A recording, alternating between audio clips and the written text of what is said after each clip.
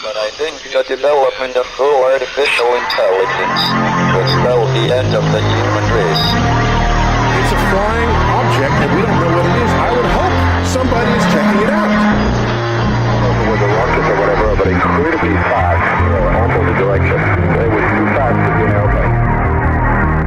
I'm glad the Pentagon is looking at this, because if it poses a threat, I want them on top of it. Well, the craft generates its own gravitational field. So you said there's lights in the sky? The internet has become the command center for criminals and terrorists. 911, what's your emergency? I need help, please help!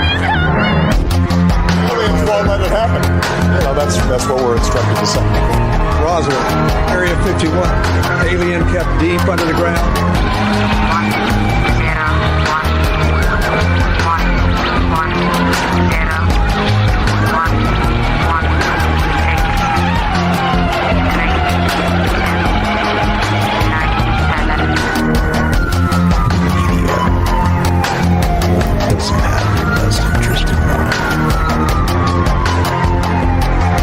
The government is self-serving. You're here for a reason. You're listening to Troubled Minds Radio.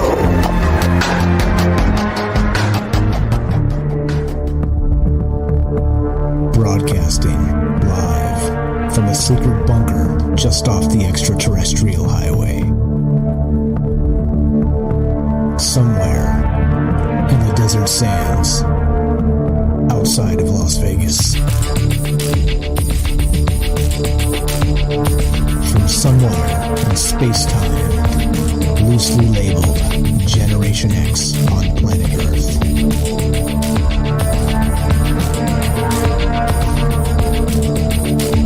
And asking questions of you in earnest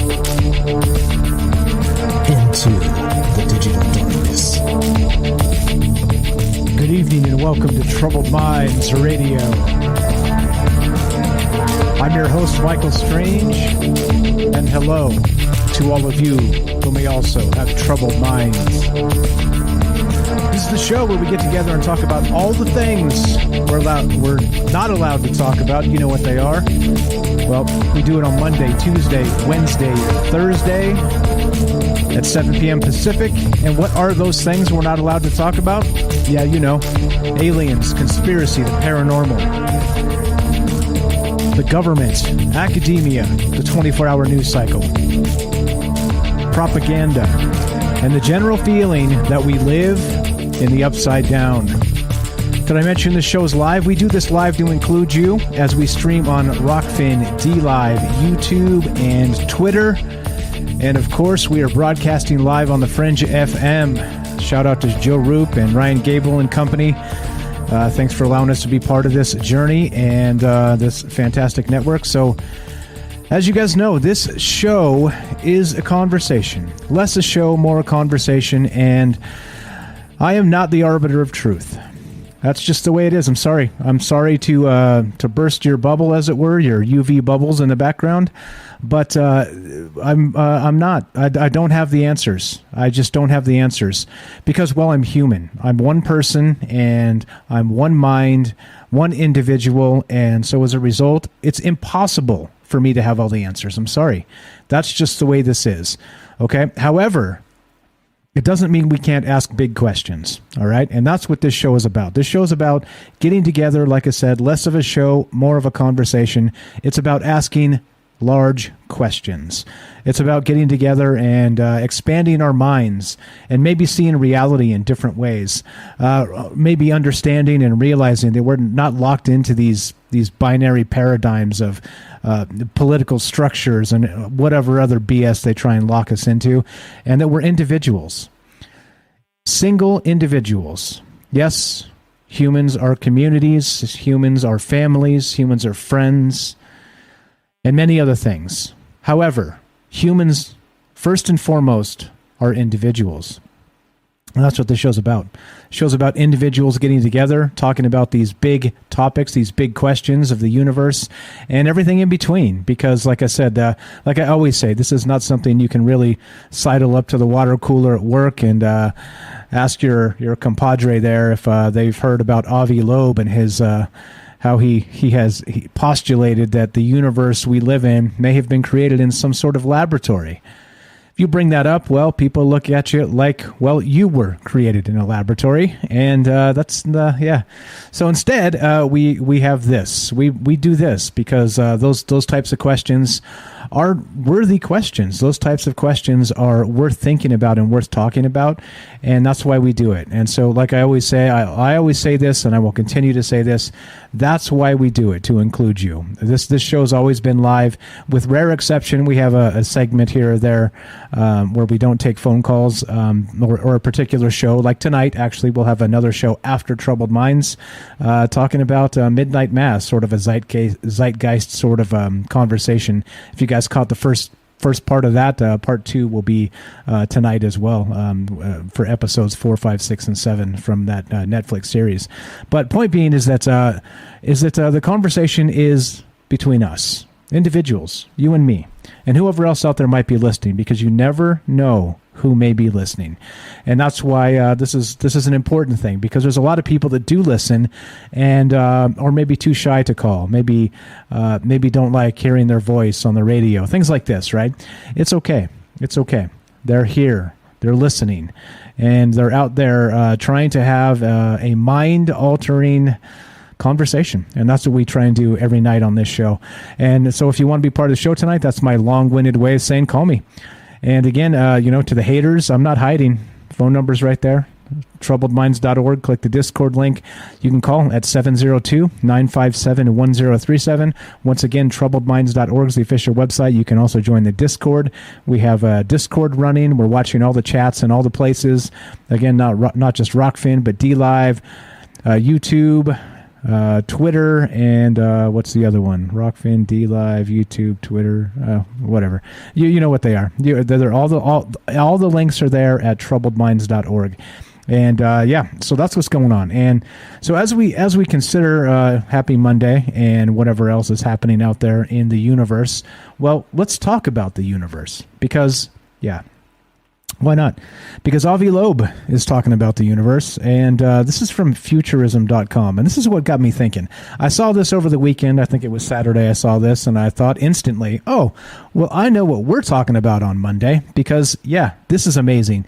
This is one of those sort of conversations, one of those sort of thought process exercises that really makes you consider what's happening in the universe for real, right? Not just comic books and television and things like this. Not that they're all garbage, but by and large, you can't really watch Pawn Stars and expect it to be real. I'm sorry to burst your bubble, but that's the reality of the situation.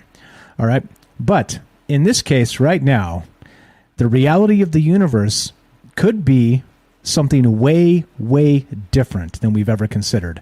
And as a result of that, our good buddy, who actually, I just say that because he talks about all kinds of amazing things, and he actually, Avi Loeb of Harvard scientist fame, he's an astronomer and an astrophysicist at Harvard, well, he tends to bring up some amazing thought experiments, and which is, again, what academia should be about, in my opinion. They should be kind of pushing the envelope on a lot of this stuff. And because he brings up aliens and things like this from time to time, he gets a lot of press, and that's fine. I'm okay with that, right? It's okay. Like, why shouldn't academics be talking about aliens? Here we go. Let's just look at this and see what Avi Loeb is up to, because he's talking about some really mind-bending stuff. And to me, that's good. That's okay. That is 100% okay by me. So this is from futurism.com. And as always, the links are down below. You can find them on YouTube. Like I said, I love to share my links because I'm not the arbiter of truth, and I don't have all the answers. But when I'm talking about something, I want you to be able to see where I got the inspiration from, where the information came from, and all the rest of that. So please, if you're interested in more of this, these conversations, I have thousands and thousands of links all the way through the history of this show. We've been putting our links down on the things we talk about for exactly that reason. So you can see that I'm not just 100% making stuff up. This is real, at least, October 16th, according to Futurism.com. Headline is this: Harvard scientist suggests that our universe was created in a laboratory.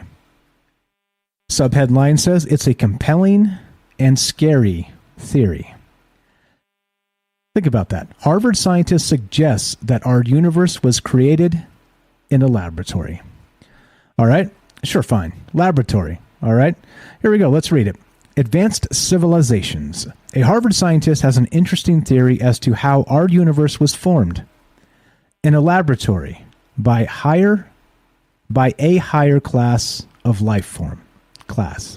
Avi Loeb, best-selling author and the former chair of Harvard's astronomy department, penned an op-ed in Scientific American this week positing that the universe could have been formed in a lab by an advanced technological civilization. If true, he said the origin story would unify the religious idea of a creator with the secular idea of quantum gravity. Yeah. What in the world is this? Continues, quote, since our universe has a flat geometry with zero net energy, an advanced civilization could have developed a technology that created a baby universe out of nothing through quantum tunneling, Loeb wrote. And of course, as always, right, as part of having the receipts, here's the actual Scientific American. Here's the op-ed. I'm going to link it in the chat if you guys want to read this thing in its entirety. But this is amazing. This is one of those ones that, again, right, like it kind of takes the conversation not very much like he describes there. I'll go back and read that line again. But it sort of unites both, right? With some sort of religious Godhead creationism. And I don't mean that in like the specific term. I sort of mean that in more of a general term.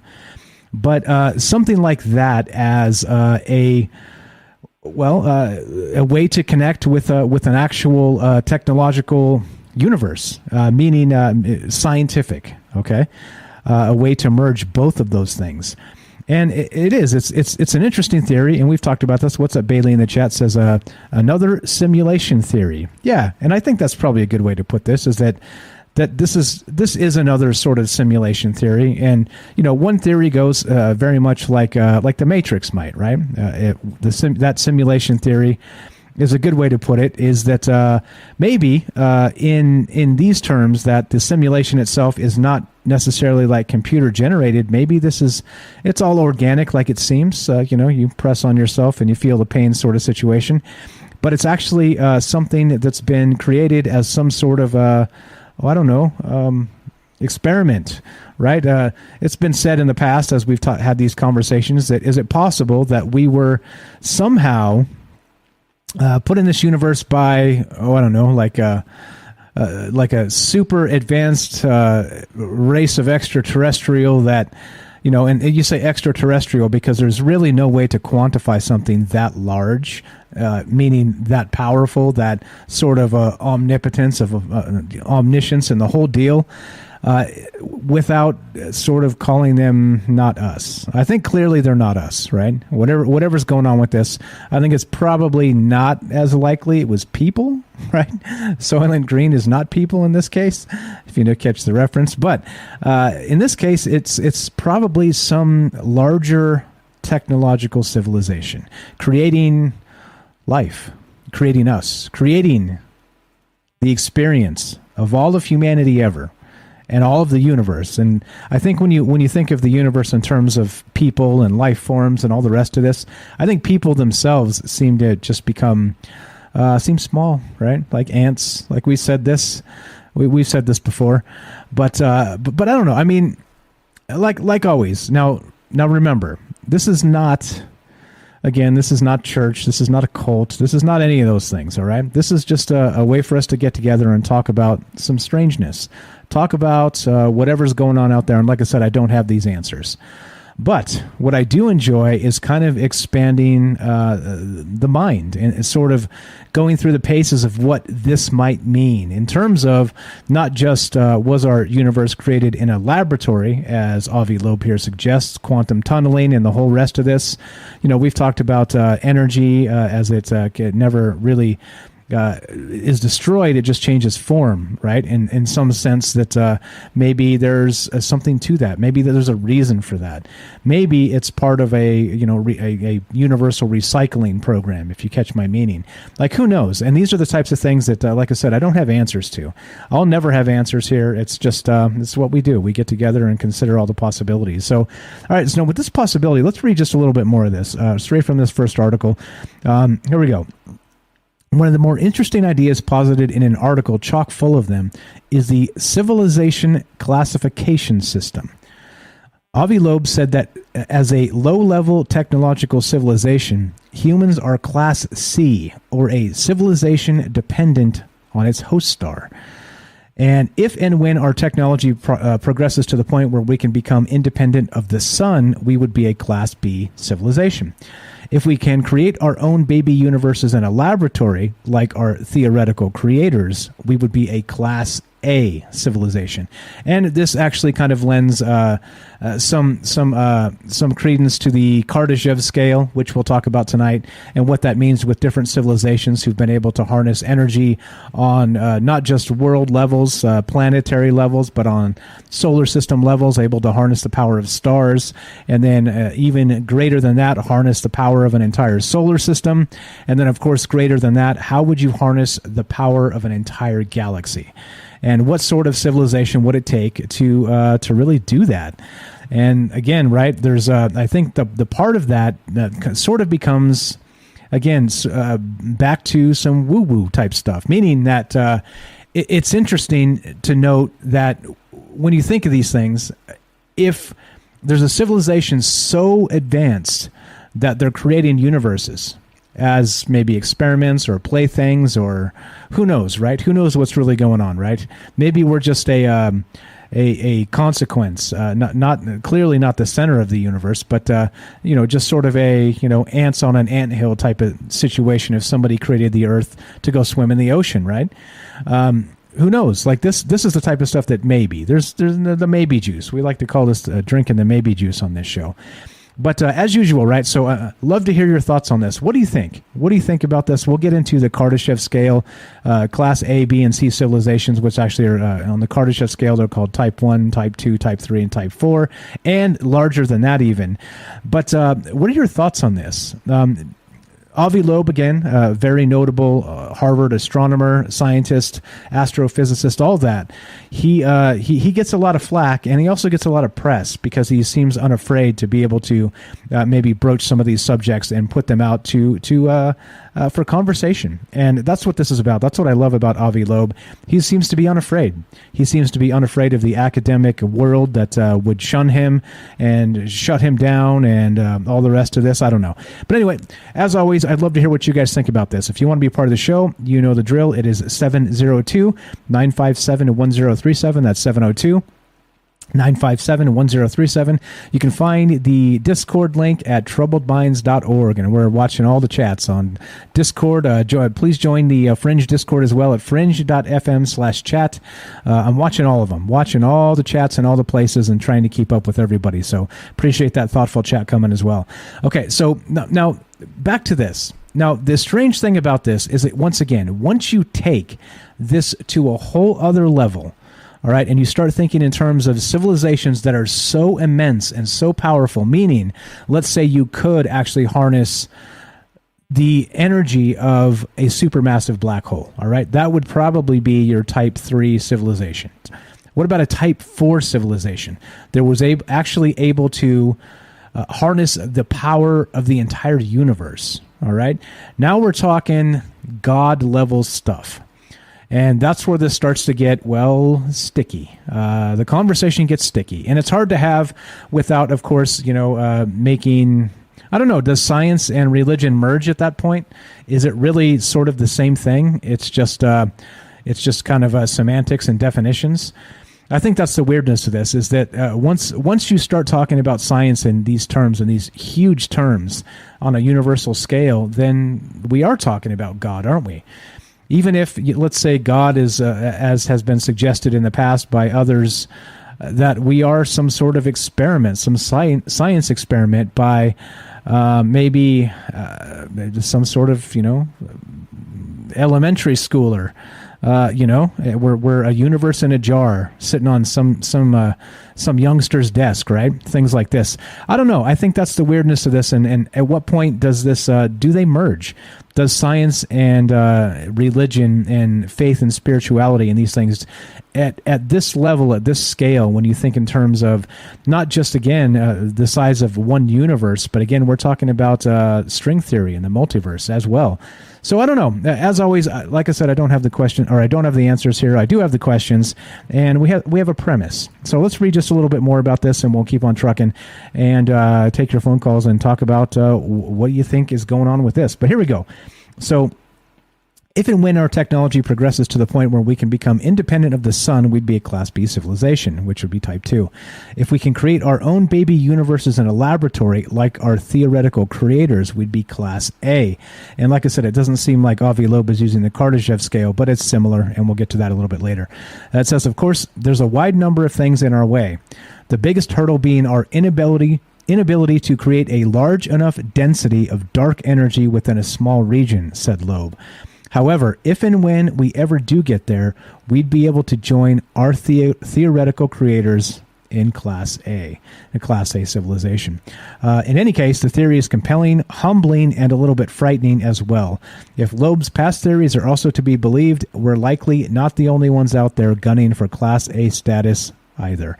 And well, nice work, futurism, but we're nowhere close to a Class A, and it's just the way it is. We are humans, and we just want to be loved, don't we? And there you go. If you got the reference, cool. If you didn't, that's fine too. All right. So as we consider these things, again, like I said, at some point, science and faith seem to merge, don't they? But I think you have to really believe in things on a large enough scale that it is creepy. It is compelling and a little bit frightening to think how big the real universe actually is. And not just that, how about the multiverse as well, if you want to stack that onto this conversation. So yeah, that's what's on my mind tonight. I saw this on Saturday. I thought, absolutely, we have to talk about this. The universe created in a lab. And, well, what kind of questions does it beg? Well, who would create a universe in a lab? Who would have the power to do something like that? And, well, if that's the case, where do they reside? And, yeah, that's what we're talking about tonight. And once again, if you want to be part of the show, love to hear from you. What are your thoughts on this? Do you think there is a point where possibly spirituality, religion, and science crisscross, and it just becomes semantics about what's called what? Or maybe you believe that now, and you don't even need Avi Loeb in this universe in a jar sort of theory. You tell me. You tell me. That's what's going on with this. That's what's on my mind tonight, and that's why I love to talk about this stuff, because it is mind-altering, mind-bending, and I think we should maybe not take ourselves so seriously when the size of the universe is as considerable as it is. So as we get down to this and, do our thing, hanging out on a Monday night, talking about all kinds of weirdness, including, yeah, that's right, including the universe may have been created by some other entity. All right? Avi Loeb suggests, yep, our universe could have been created in a laboratory. And what does that mean for us? What does that mean for everything in this universe? And what does it mean for you as an individual? You tell me. Love to hear from you tonight. We are taking your phone calls if you have thoughts on this. And you can reach us at 702-957-1037. That's 702-957-1037. You can find the phone number and the Discord link at troubledminds.org. That's right. More Troubled Minds, the universe, and you. Coming right up. Don't go anywhere.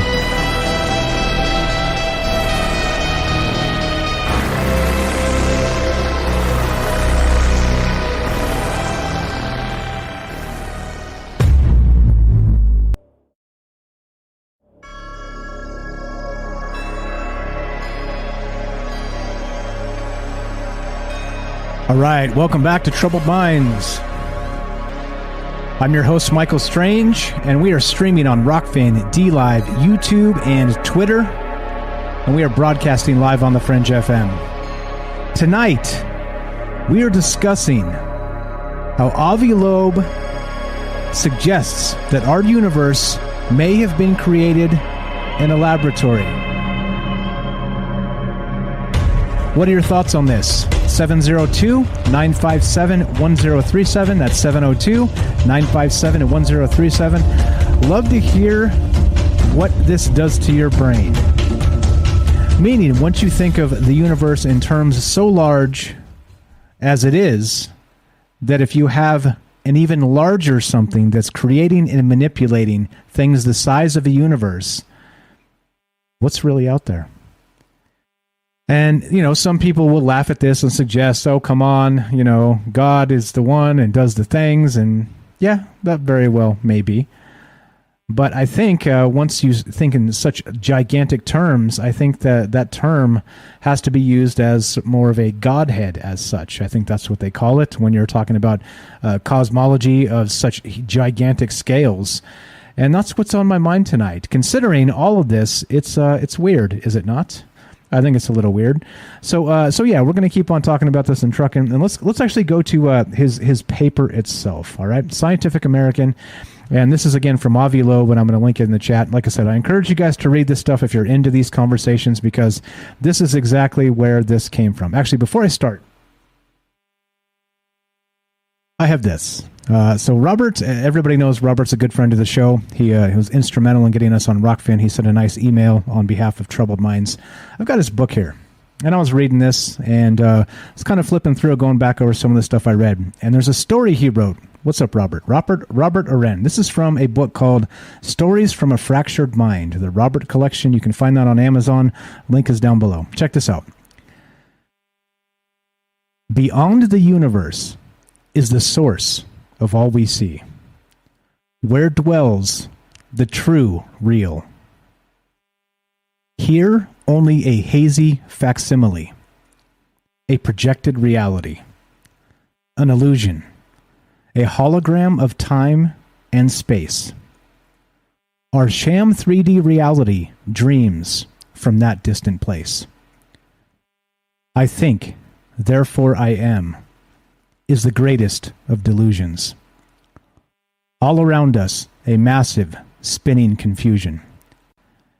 And we dare not dwell on the true source of our being. Fearing will cease to be, along with all we are seeing. Stories from a Fractured Mind by Robert. He's out there on Rockfin right now. Fantastic stuff. I was reading that, flipping through. I knew there was a passage in there that would fit tonight's show perfectly. And that was it. And I think that's the question, right? If you step outside of our very universe, and you got to think, right, on a universal scale, like we know nothing about anything in the universe. It's all, right, it's all telescopes and conjecture and all kinds of stuff, right? Science is finding all, humans doing their best to figure stuff out. But, I mean, let's be real. The universe is a big place. It's a big place. And so, of course, right, we're just trying to figure out, again, like somebody's described there, a quote from Carl Sagan during the break, that, cosmologically, we're just dipping our toes in the ocean. And that's really it. And trying to stare out and derive as much as we can from our place here on this little blue dot. The pale blue dot, as Carl Sagan put it. And like I said, when you think in these terms, large enough, the question that hits my mind is exactly what I described previously. Do we end up having a crisscross of sorts, a place where science and religion come together in harmony? And if that exists, is it a place outside of our universe? I don't know. I think that's the question here. And what's up, Matt says, I got Robert's book. It's the next on my list. Yeah. He doesn't pay me to say that. He just does good work, and he's fantastic here in the chat and hanging out and calling in and all kinds of good stuff. But yeah, that's from Robert's book. And I think, like I said, looking outside, thinking about what's outside the universe is it starts to make your mind melt a little bit, because again, that means that there are other universes, right? That means that there are other places where we've talked about, maybe realities are completely opposite. Like we joke that we live in the upside down just because of humanity being the way it is, just because of, politics and, the elites. And it just seems like everything seems to be anti-human, right? And so that's sort of the tongue-in-cheek joke is we live in the upside down because, well, it doesn't seem to be an attack on the things that are, it seems to be an attack on me. It seems to be an attack on you. And our very existence, it seems to be a burden to some people if you ask them, right? And so, in those terms, the upside down, you can shrug and say, okay, yeah, right, maybe. But if you think of it in terms of a universal scale and maybe the next universe over, then who knows, maybe we can access through a mirror, by the way. You ever looked in a mirror and seen the actual reverse of yourself? It's a little creepy, isn't it? Like I said, I seem to think that version of me is actually me, because that's what I see when I look in the mirror and brush my teeth and, smooth out my eyebrows and, all the stuff you do. It's one of those where you look at yourself and you see that mirror image and you think that's you. But then you look at this, right? And I'm on a camera right now, and this is like not a mirror image. This is what I look like directly. It's weird, right? It's like a weird thing. You have this even dichotomy of yourself just because of the mirror, the duality of the mirror, and how your face doesn't look exactly the same as if it's reversed, right? So anyway, just to throw that out there. But you take that idea and then you take it in stretch it out to the size of the universe. And what if there is a mirror image universe just right next door? And you say right next door, like, you can walk out and, hang a left or hang a right. And, you got neighbors, right? Probably, unless you live out in the boonies. And God bless you if you do. Living out in the boonies is a good thing, too. But, right, like, sure, on small scales, it seems like nothing. But what about right next to us is some sort of universe that may be that mirror image, maybe backwards, maybe something else entirely. Maybe the universe next to us is 1,000-fold the size of our universe, right? Who knows? Maybe it's 1,000 times older or 1,000,000 times older. You never know. And that's the weirdness of this. Once you start thinking in terms this large, you start to consider, what does God even mean? Okay, blasphemy, I know. I apologize. I'm not trying to agitate people. You're allowed to believe whatever you like to believe. I'm not trying to change anybody's mind about anything. And so I don't know. So Avi Loeb says this: developing quantum gravity technologies may elevate us to a Class A civilization capable of creating a baby universe. A baby universe. So what if we are that baby universe? Elon Musk has said this, that it's unlikely we are the base reality. Meaning that it seems like even if it's maybe a simulation sort of situation with, kind of like the Matrix and living in that, is that, well, maybe the base reality is not done in a computer as such. It is actually done as some sort of organic petri dish sort of situation. What's up, Fred? I believe I'll have another beer. Cheers, brother. All right. That's what you believe. There you go. Like I said, you can believe whatever you want to believe. All right. Anyway, here we go. So a little bit more from this Avi Loeb article on Scientific American. And by the way, we're taking your phone calls. What do you think about this? Is this maybe too big? I think the problem when you talk about stuff like this is it's difficult to sort of illustrate, okay? Because the terms are so large, all right? They have to be done in, highly abstract, maybe analogies sort of thing. But I don't know. Like I said, I do my best. I'm not the best at this, but I do my best. So here we go. So the possible origin story, this is from the Scientific American written by Avi Loeb, talking about how was our universe created in a laboratory. A less explored possibility is that our universe was created in the laboratory of an advanced technological civilization. Since our universe has a flat geometry with a zero net energy, an advanced civilization could have developed a technology that created a baby universe out of nothing through quantum tunneling, which we read a little while ago. This possible origin story unifies the religious notion of a creator with the secular notion of quantum gravity, says Avi Loeb, and he continues. We do not possess a predictive theory that combines the two pillars of modern physics, quantum mechanics and gravity. But a more advanced civilization might have accomplished this feat and mastered the technology of creating baby universes. If that happened, then not only could it account for the origin of our universe, but it would also suggest that a universe like our own, which in this picture hosts an advanced technological civilization that gives birth to a new flat universe, is like a biological system that maintains the longevity of its genetic material through multiple generations. Yeah, I don't know. I think there's some weirdness here, and like I said, I don't know. What do you believe on this? In my opinion, Avi Loeb is doing his job.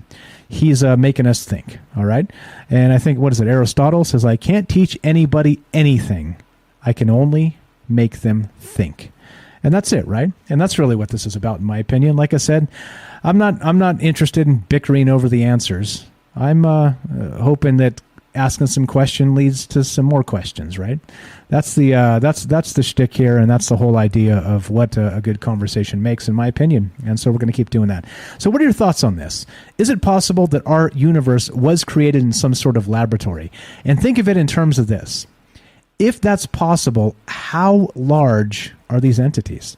We've talked about the micro and the macro and things like this, and as above, so below, and how things seem to have this synchronistic, even at the quantum level, to a black hole, right?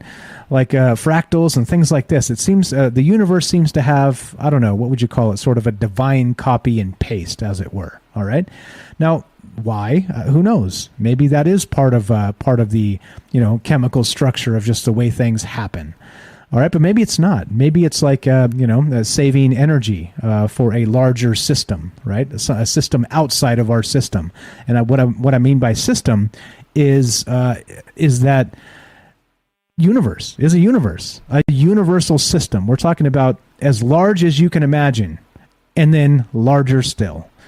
All right, so. Yeah, so I don't know. What are your thoughts on this? Is this too far off the beaten path? Are we like, come on, Mike, what are we talking about here? And if we are, that's okay. Like I said, I like to push the envelope. I like to stretch my thoughts and imaginations on this, and I don't know. I don't know the answer to this clearly, right? If I had answers, well, like I said, I'd be selling snake oil instead, because I tell you, answers are a dime a dozen when you think you know them all, aren't they? You just sell that stuff like hotcakes. There's some folks out there doing it. It's been one of those things that's been what it is forever, right? It's been what it is forever. People just sell answers because, well, it's easy to say this is the answer, right? Yeah, much harder to say, well, here's a bunch of questions, and well, let's try and get to the bottom of this. What's up, Laura Jean B? I see you over there on the Fringe chat. How you doing? Thanks for showing up. Okay, now as we consider this, like I said, Matt says this, and what's up, Matt in the chat says, I can only show you the door. You have to walk through it. Yeah, and tonight, like I said, there's no cult here, there's no church, there's no any of this stuff. Just think, just use your brain, just consider. What is larger than the universe? And if it was created in some sort of laboratory by an advanced civilization, how big would that civilization have to be? That's the question here. So as we do that and consider that tonight, like I said, I'd love to hear from you. What are your thoughts? Is this too big? Is this not? Is this somewhere in between? Is this in our wheelhouse? I feel like it's in the wheelhouse of troubled minds, because we do talk about all kinds of really, really large things, and you don't get much bigger than the multiverse, do you? So that's what's going on with this, and that's what's on my mind tonight. Avi Loeb has written this op-ed and had a theory, and he published it in Scientific American, and was our universe created in a laboratory? And we'll get into the Kardashev scale and what that will mean as far as a civilization, okay?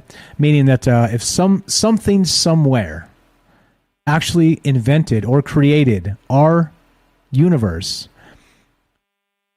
are we in a jar? What kind of vessel are we in, first off, right? Like, again, you start thinking in terms of, okay, well, what does that mean?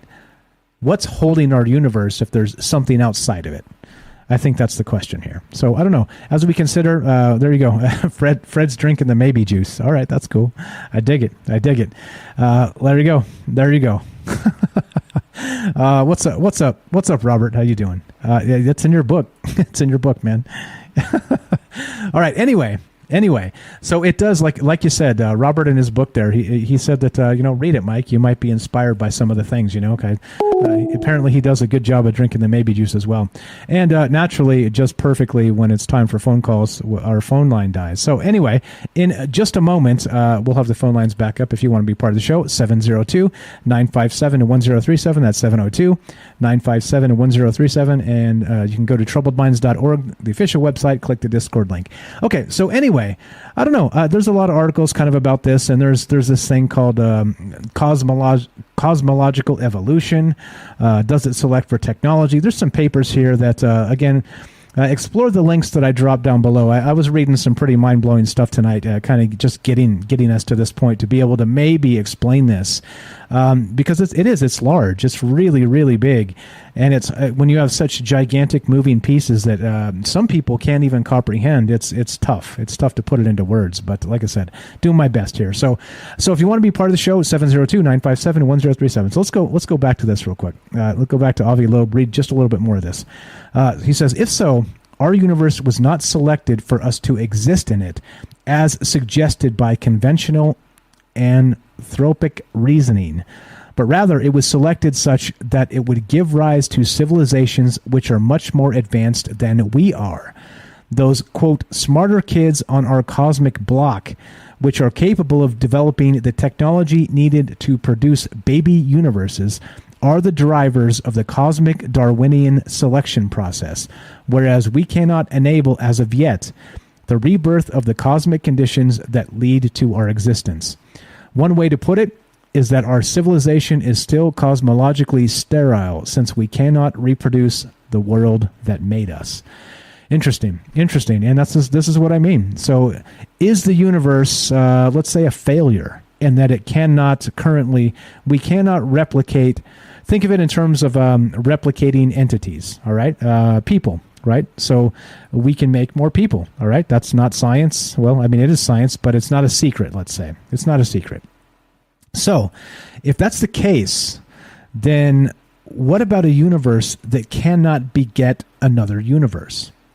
Is that universe essentially sterile, like he's describing in this? Does it mean that this universe that we live in is a failure until it can?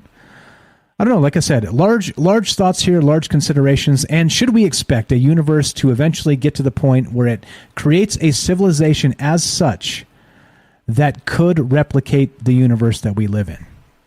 Yeah, right? There you go. Fred's got it right. That's heavy, all right. I'm telling you, that's heavy stuff. And exactly why we do this, because like I said, where else are you going to get this type of thing other than, overpaying to go to Harvard? No offense to Harvard, but expensive. Okay, let's see. Okay, got it. Copy that. All right. So that's what we're doing tonight. We're considering this. We're talking about these things and wondering what in the world is going on. So if you want to be part of the show, phone line should be back up. Let's unmute that. All right, good to go. 702-957-1037. And okay, all right. Let's wait. We'll wait till after the break there, James, to get you on the show. Okay, so you guys tell me. So a few questions here just as we begin. Well, no, we're kind of past the beginning, but do you think at some point the cosmology and the idea in your brain about the universe and the multiverse becomes so large that we have a situation where science and religion meet? Science and religion. That's the question, right? And if it is so large, and maybe that's where we're at, I don't know. You tell me. That's part of the equation. And second, what about this? So Avi Loeb suggests that the universe may have been created to beget another universe. And as such, since it hasn't, or the individuals inside of this particular universe do not currently know how to, they haven't been able to harness something such as a supermassive black hole, for instance, right? Or the power of a galaxy, this type of thing, or the power of the entire universe itself to maybe create another. That's the question here. Do you think that the universe maybe was meant with that purpose in mind? And that's what this string theory comes from, is that these universes, if you can see the bubbles behind us on the stream there, imagine those things are actual universes, just floating around in the omniverse or whatever this thing's called. And what does that mean? So imagine, just in terms of, I know it's a flat 2D thing, but think of it as a larger than 3D landscape. And we have universes floating around each other like this. What does it mean?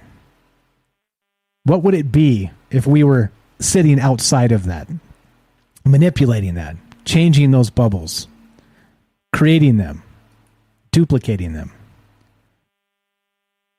It's a big thought.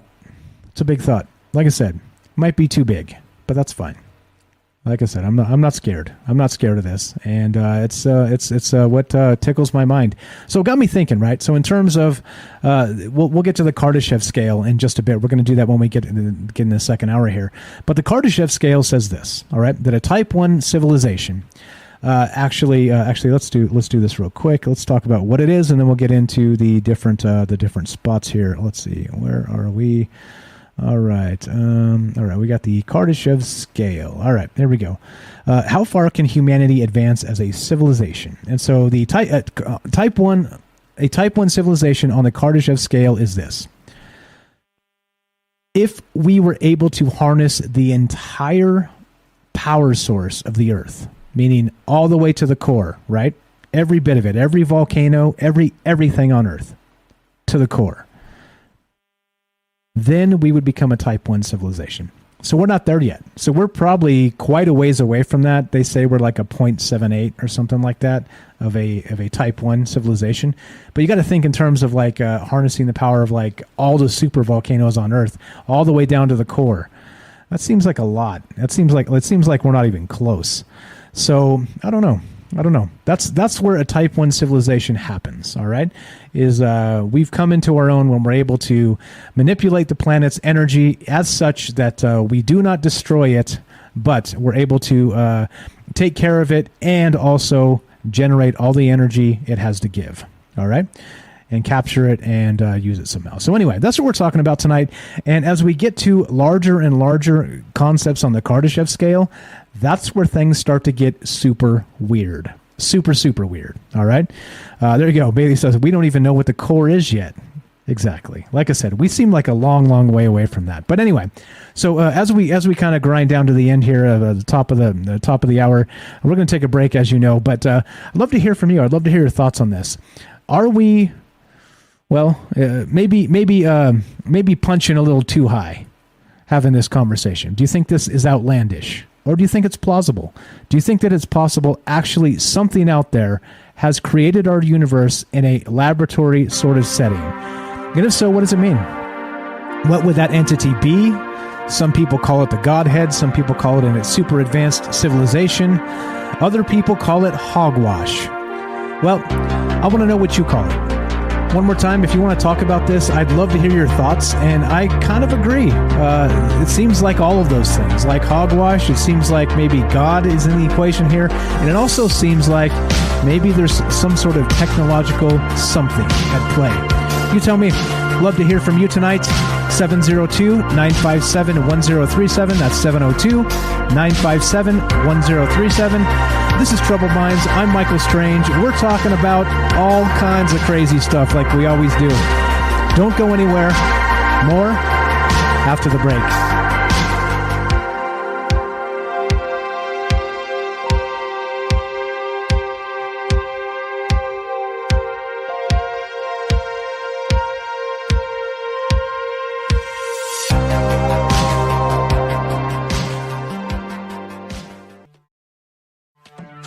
We are talking about the alien abduction phenomenon.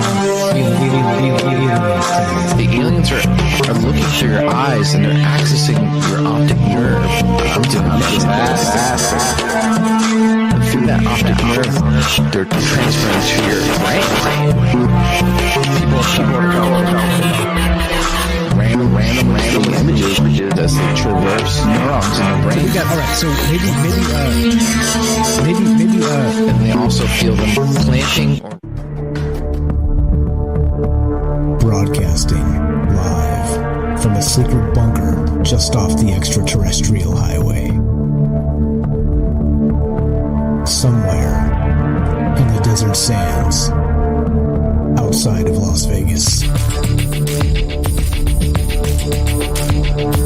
From somewhere in space-time, loosely labeled Generation X on planet Earth.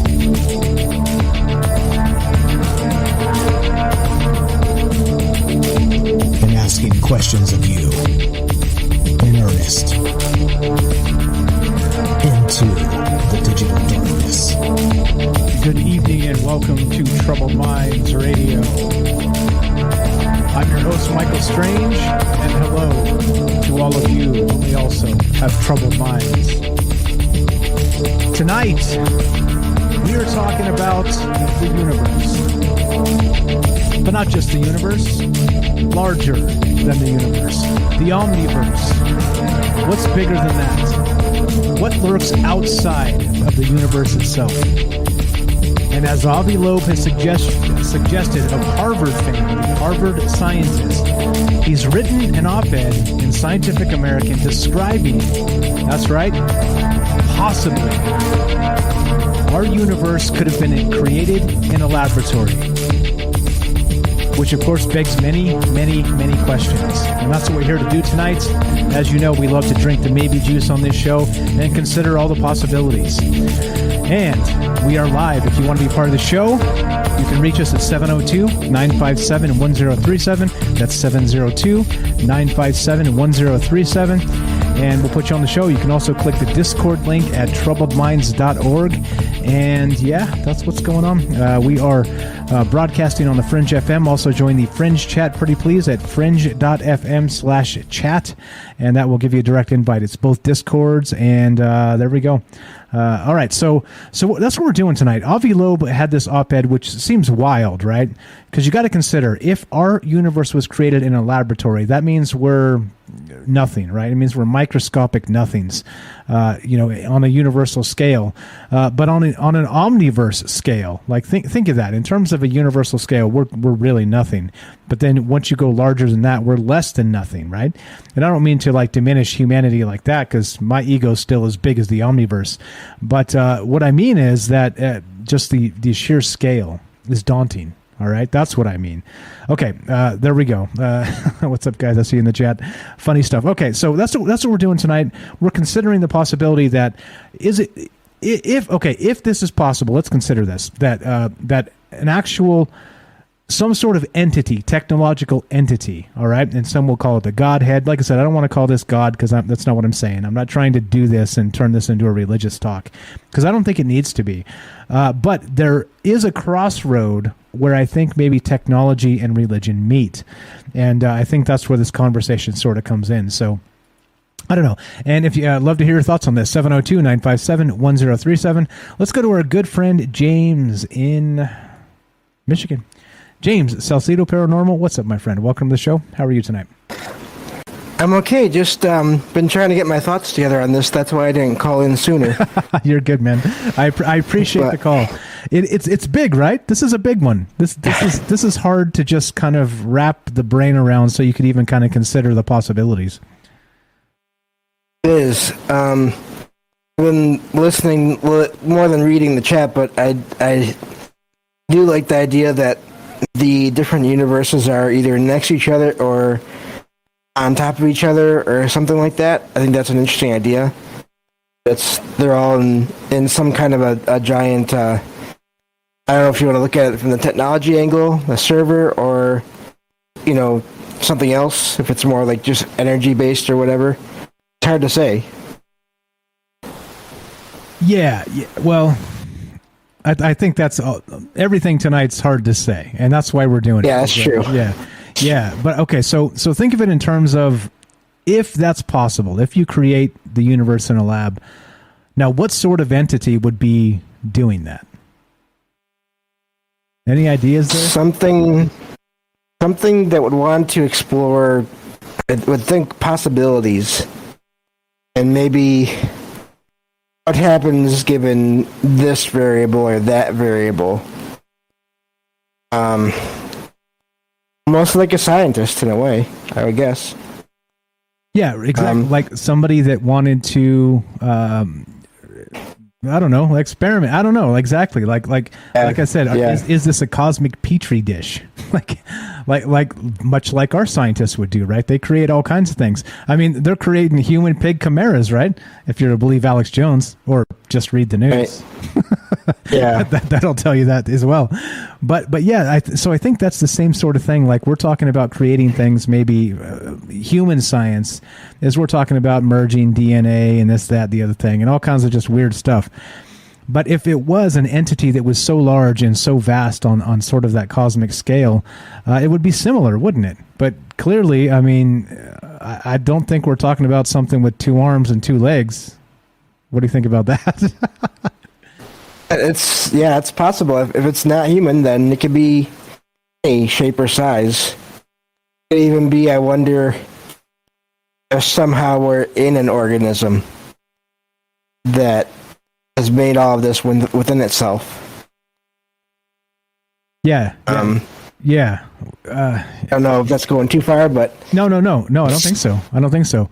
And again, right, and back to that whole sterile universe thing. Do you think that maybe our universe was created to create another universe? But like a what is it? The amoeba splits, right, and creates more of itself, sort of through that right asexual reproduction. Maybe the the universe itself is waiting to split, turn into another one. Oh, geez. Seems like it would be extremely destructive, though, on a smaller scale. If that were to happen. I think so. Unless of course, it was, I guess if you split it off at an end, like maybe, let's say you split it off at like where the Big Bang began, and where everything's been expanding from sense, taking the regular version of cosmology there, and let's say that half split, right? So that would be the oldest remnant, and so meaning that either they knew it was coming, like if there was a civilization out there and they left because they saw it coming, or maybe it's the newest end where maybe civilizations haven't developed yet. Cross your fingers if that's the case. Well, we're way out there anyway, so I don't think anything we say will make anything happen here. But yeah, I don't know. I think in terms of the universe being so large, I don't know, man. I don't know. Crazy stuff here. What about the God stuff? Like the Godhead, and like again, like I said, I'm not trying to call this God, guys. Don't. It's difficult to say these things without kind of stepping over some lines. So I'm expecting you to forgive me because I have a track record of not intentionally trying to trample people. So I'm going to ask that you give a little leeway in the conversation tonight. That's not what I mean when I say these things. It's just that the words kind of don't exist to discuss these in such giant terms. But what do you think about that? Maybe that Godhead sort of source as described. What if like somebody's, like it's a kid just blowing bubbles, right? And every bubble's a new universe, that sort of thing. I don't know. What do you think? Yeah, and I think I've heard even that universes are. I feel like I've heard that somewhere, that universes are in their own bubble of sorts. I wonder if that could explain why the universe is said to be expanding. That's part of the process somehow of making that bubble. And what happens when the bubble pops? Yeah, that's not. That's not good either for us. But yeah, this is all your fault, man. Oh, thank you. Yeah. Yeah. Again, I don't know. I don't know. So I don't know. So what kind of technology would you think? Lazy Guy X says we are just a Sims 7.0. He could be right. Everything is based on energy before and after it is a physical form. Brings you back to where does all that go? Does that go back into some kind of a like the system itself? Is that I'm thinking I'm probably branching off here more than the way you were asking, but that's okay.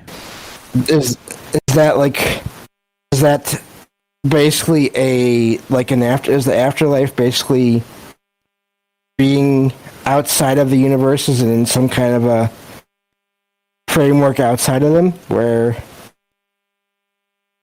you are almost basically just outside of them, and then you can either go back in if you want to or not. I don't know. That's really interesting too, is the idea that energy doesn't get destroyed. And I've heard people say too that there's a possibility that when you die in one universe, you end up being born or just transferring to another one. Yeah, so the multi-universe theory says that there's more than one of us. So there's different versions of us in different universes, meaning that we even by proxy share sort of a part of the same consciousness of the the evil Mike Strange that wears his hat backwards and it's maybe he spits division politics on the radio. You know what I mean? Like whatever that version of you is. It may exist out there. And, supposedly, like we were saying, like you described there, we've talked about this in the past with some of this maybe recycling energy through the universe and the idea of reincarnation, that maybe there's enough of you alive that are linked through the one consciousness of yourself. Not saying that it's not linked to anything else. I'm just saying in that term, sort of in a linear term, over many versions of yourself, that if one of you passes away, the rest of you still persist because, right, the chance happened in the one thing, but not in all the other possibilities, right? So you're still, even if you pass away here, or anybody does, I don't mean you, sorry, I didn't mean to say that, right, you in quotes, as a person, right? Again, language matters, I want to make sure. I'm not trying to shake the bone at anybody, point the bone at I ain't doing that, James, That's okay, if I did go, I'd be coming back to haunt you that way anyway. I already know, that's why I'm being very careful, I want to make sure. But point being is that, so if that's the case, and maybe one of you, boom, one of us, let's say, one of us just goes boom, and we pass away, there's still the multiverse left of us kind of inhabiting the omniverse, right? I don't know. So I think there's a weirdness there. But then I'm not sure, man. Like I said, this is kind of probably too big to really put into words like succinctly and coherently. So we can just ramble on. I don't know. So what else do you think? What are your other thoughts on this? Well, if it makes you think, what does that mean for when we have experiences with our loved ones, like in dreams, where people, myself included, where people know that they're being visited by a loved one? Is that just confuses me? Then if you just keep on, they keep on transferring or whatever, and what is that? And that's kind of, I'm guessing maybe there's a choice. Maybe you don't have to transfer to another person, to another version of yourself. Or I guess it could also mean maybe there are no other versions left, so you're able to be a spirit in those cases. Maybe recycled or something. I don't know. Yeah, you got me, man. And again, this is the type of thing that you kind of can't really talk about it without trying to weave in some of those sort of threads, about, well, what does that mean about a single person? When a single person passes on, what does it mean? And, we've talked about this in the past. Kelly had a good theory about the Higgs field, meaning that, energy is energy. And then once it crosses the Higgs field itself, it becomes matter. And so there's a threshold where energy turns into this matter. And so he speculated that if it's not a one-way street, there's got to be a way back as well. And that would be sort of back into that, maybe that Godhead or out of the universe to maybe be recycled. I don't know. Again, like I said, no answers here. You're not going to find answers here. Please, disclaimer, there's no answers here. We're just throwing things out and kind of kicking around some ideas. I don't know, man. It's big stuff, but I think we're going to get to the Kardashev scale in a little bit, but I think the micro, the macro, how big does it go? How small does it go? It almost seems like when you go infinitely big and infinitely small, it almost doesn't matter where you are in the chain, right? You're still part of that chain. You know what I'm saying? Which means us. We're still part of that chain, and it doesn't matter how big or how small that happens to be. We call atoms small, we call a black hole big, but, right, we're still somewhere in the middle of that chain, and it goes infinitely bigger and smaller. I don't know. Like I said, maybe I'm just confusing myself. But I also, this makes you wonder about people that have sightings of different beings, all the different beings out there, whether it's cryptids or aliens. I wonder if there can be some of those aren't like part of that whatever it is that made everything. They're here to almost like do specific experiments or observe certain things. Yeah, like they're interesting. Yeah. Go ahead. You're on. Because there's this whole thought of the other, whatever the other is, being a trickster in a lot of cases. I wonder if that could be, because so many people think that all of this stuff is connected to something. I wonder if it could all be connected to this maker of this whole thing. If maybe the other is just whatever form it wants to take in a situation, observe things more closely. Yeah, interesting. And is using maybe those entities as reporters, right? They're able to dip in and dip out of the universe and maybe do a test, like a litmus test, as it were. Dip something in the Earth's oceans, but kind of like in the solar system instead, right? Sort of check the progress of things. Yeah, I like it. I like the idea, man. I don't know. So do you think this is where does this sit? Does this sit in science, religion, both, or neither? I think it could be both. I think it's been said before that magic is just science we don't understand. So I think it could be both. It's possible. I like both. Again, yeah, I don't think it has to be, as you said, I don't think it has to be necessarily divisive in any way. Yeah, well, I mean, we're people, so we can super make it divisive, and that's easy. Yeah. Let's do it, James. Let's fight, James. Yeah. And I think, like you said, it's okay for everyone to have their own beliefs about how everything is and what is out there beyond quote unquote normal human life or whatever. Yeah, human everything, consciousness, and the whole deal.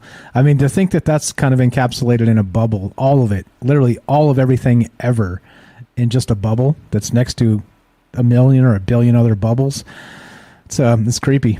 It kind of makes you, right? Again, like I said, makes you feel small. But then, I don't know. Like I said, you're still a link in that chain. So it I don't know. I guess there's a few ways to look at it. I'm not sure. Not sure, but I'm with you. I think it's sort of like I was describing. It's like the crossroads between science and religion, and I think there is a way to make them all stick, and everybody would agree. But of course, we would have to, I don't know. We're talking fantasy stuff here. I mean, because then everybody would get along, and that just seems so far away, doesn't it? That just seems so far away. Well, on a grand scale, yes, but I mean, look at what we have here in this community. I'm just. It's been great being with you all since I found you guys, and so yeah, no, I think it's possible. Yeah, well, okay, I'm with you. Let's take some positivity out of that and say that yeah, we can. It's possible. We can do it. We can kumbaya with the universe, and not just that. So what else? Any other thought here? We got a few minutes left, so you're welcome to stay. Of course, I'm not trying to kick you off. You tell me. You tell me if you got more to say. We got time for you, my friend. Well, I think it's very interesting, these different scales that people have made, whether it's the Kardashev or whether it's Loeb's. That's what I forgot to say. I've been interested in his work since he kind of came out and started talking about that Oumuamua, the object floating through space. It seems like overall he is really trying to do the right thing and talk about science, but also talk about the possibilities of what things could be, and I like that about him. Yeah, he's unafraid, and I think that's what we need from academia, you know. And it's weird how the press treats him too. You know, some treat him as like the mad quack scientist of Harvard, and some, you know, actually, you know, the UFO field and stuff is like, oh, thank God we need this guy, you know. So I don't know. It's funny as always, right? Like that depends on who you ask, who's living in what reality. Yeah, and I think it'll be interesting to see what he does going forward. I think he's one of those people that everyone should watch. Yeah, which we do, which is why we talk about this stuff when it comes out. This is brand new, piping hot. October 16th is when this article came out, and he just published this in the journal. So this is the type of stuff, right? This is the type of stuff we should consider and think about, because, like I said, it's not just I don't know. It is philosophy, right? But it is science. It is all those things. It's kind of like we're reaching, clearly. I mean, it's an idea, it's a reach, and that's fine. But it's a reach to a point where everything converges. And can we reach that? Probably not. But think about it in terms of just the human brain. Just considering that possibility means maybe we can reach it, right? Yeah, I think it's important to think about these things and explore all the ideas. I think that's there needs to be a lot more of that these days than what is out there. Yeah, you're telling me you read the news once in a while. I try not to, but yeah, every once in a while I scan the headlines, but that's as far as I go, because that's enough for me. Yeah, exactly. Give you a headache. All right, so sweet stuff. We got a minute or two left. Anything else? This is James from Salcedo Paranormal. Please check out his podcast, guys. He's doing great work. He does streams 3 times a week, Monday, Wednesday, Friday. He goes at 5 p.m. Eastern. Am I right? 8 p.m. Eastern. 8, sorry, yeah. So 5 Pacific. 5 Pacific, yeah, 5 Pacific, 8 Eastern. Thank you. And he go hang out in one of his streams. He's talking about paranormal stuff. Salcedo Paranormal. Links are down below, both on Rockfin and on YouTube. Just scroll down. You can find his website there. And please download some podcasts. Go listen to James and go hang out with him in his Discord. Appreciate it, my brother. Anything else while we got you on? I appreciate that, and I'm amazed at all the downloads already. I mean, we're close to 700 now, so nice. That's yeah. So no, but thank you, and yeah, that's it for now. All right, pleasure's ours, my friend. You're the best, James. We'll talk to you later tonight. Have a great night, brother. You too. Thanks, man. All right, so appreciate that, James. We're talking about Avi Loeb, Harvard scientist, suggests that our universe was created in a laboratory. What the hell does that mean? Yeah, well, we're talking about it. We're considering it. It's awful big, but I remain unafraid. 702-957-1037. That's 702-957-1037. Looking to hear your thoughts on this. Is this too big? It's tough to put into words, but we'll do our best and try. Love to hear your thoughts one more time. Don't go anywhere. More Troubled Minds, the universe, and you after the break.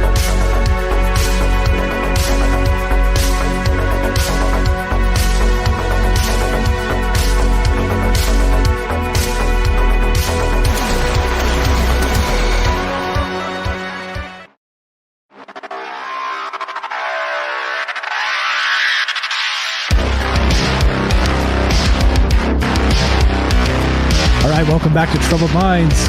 I'm your host, Michael Strange, and we are streaming on Rockfin, D-Live, YouTube, and Twitter.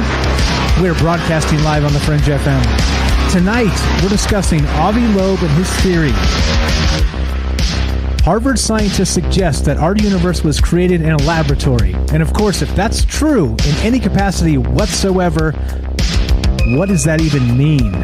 There's a whole lot to think about, a whole lot to talk about just in that headline itself. But of course, there's tons more. We're going to talk about the Kardashev civilization scale and all kinds of other things and your thoughts. Love to hear from you tonight. If you want to be part of the show, 702-957-1037.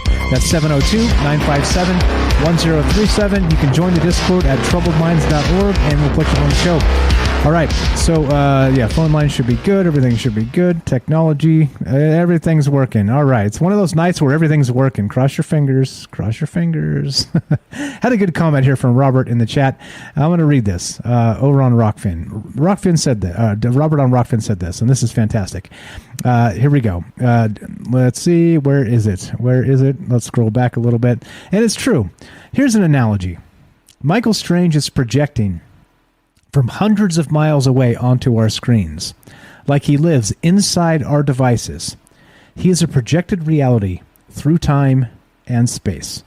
And I think that's what we're talking about here, right? So in a simple universe, we could still meet and have a beer, okay?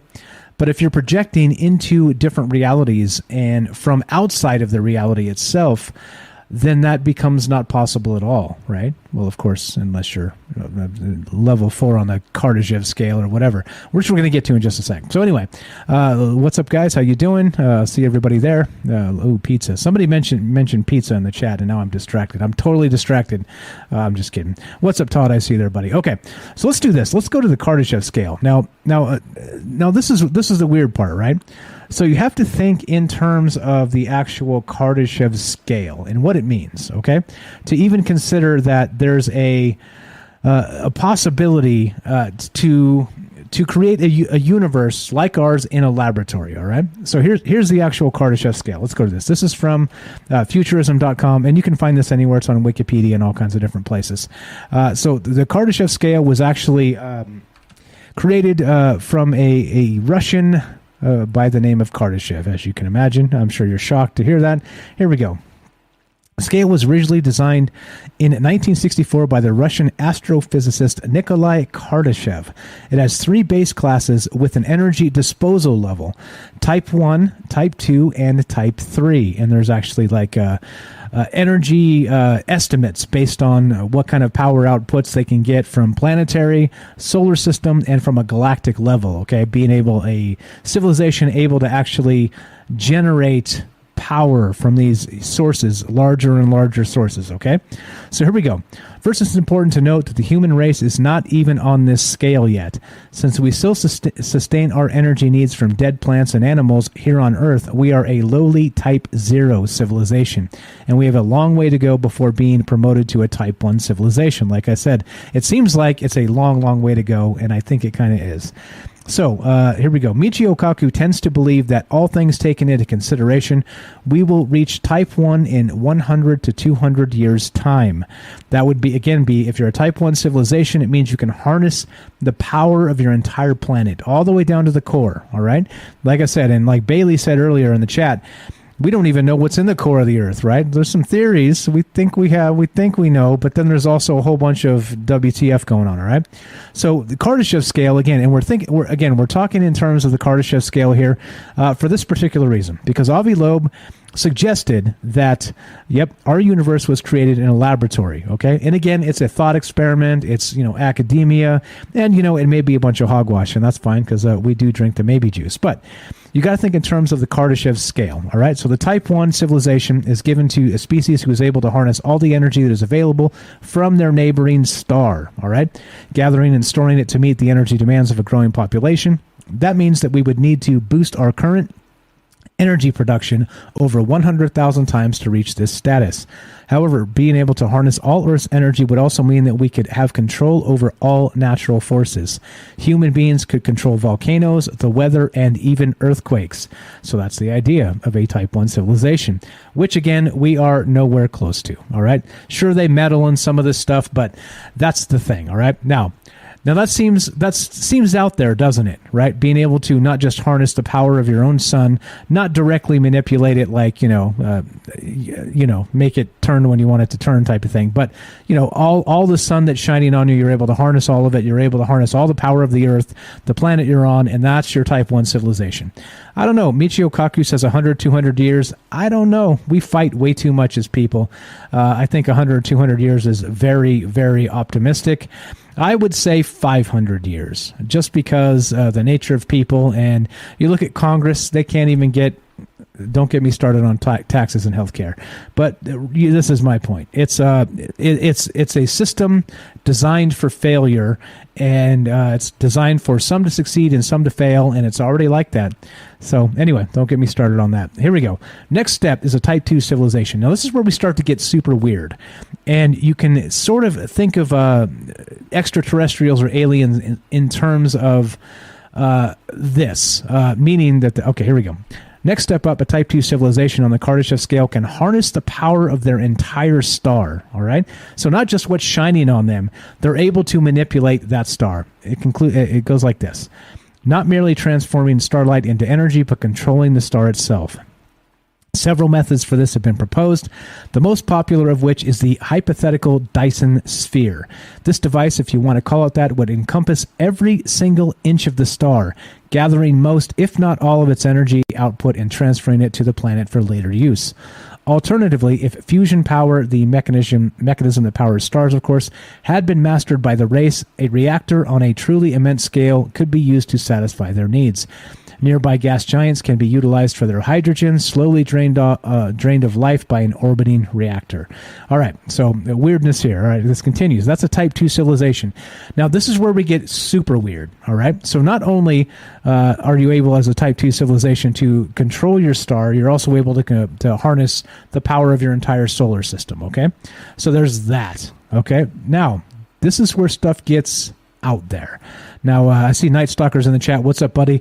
You're just in time, because I'm about to bring up, yeah, you guessed it, Lovecraftian old ones, and I'll tell you why. Check this out. Now, a Type 3 civilization, right? So once you have control over your entire solar system, what's the next step? Control over the power output of an entire galaxy. And that, of course, includes the supermassive black hole or whatever resides in the center of that galaxy, right? So the Type 3, where a species then becomes galactic traversers with knowledge of everything having to do with energy, resulting in them becoming a master race. In terms of humans, hundreds of thousands of years of evolution, both biological and mechanical, may result in the inhabitants of this Type 3 civilization being incredibly different from the human race as we know it. They may be cyborgs or cybernetic organisms, with descendants of regular humans being a subspecies among the now highly advanced society. All kinds of crazy stuff, right? So it gets more and more weird. But this is at the point, once we start getting to a Type 3 and a Type 4 alien civilization, as it were, to use the term, this is when we start, again, merging science and religion. Because as Avi Loeb suggested, if this universe we live in was created in a laboratory, then something had to do it, right? And I say something because we don't know what something is. Again, I'm not trying to tell people God or any of this stuff, right? So just, again, something, all right? Whatever that is, whatever you want to call that. So I don't know. So here we go. So the Type 4, this is where it gets super weird. Kardashev believed a Type 4 civilization was too advanced and didn't go beyond Type 3 on his scale. He thought that surely this would be the extent of any species' ability. Many think so, but a few believe there is a further level that could be achieved. Type 4 civilizations would almost be able to harness the energy content of the entire universe. And with that, they could traverse the accelerating expansion of space. To previous methods of generating energy, these kinds of feats are considered impossible. A Type 4 civilization would need to tap into energy sources unknown to us using strange or currently unknown laws of physics. All right.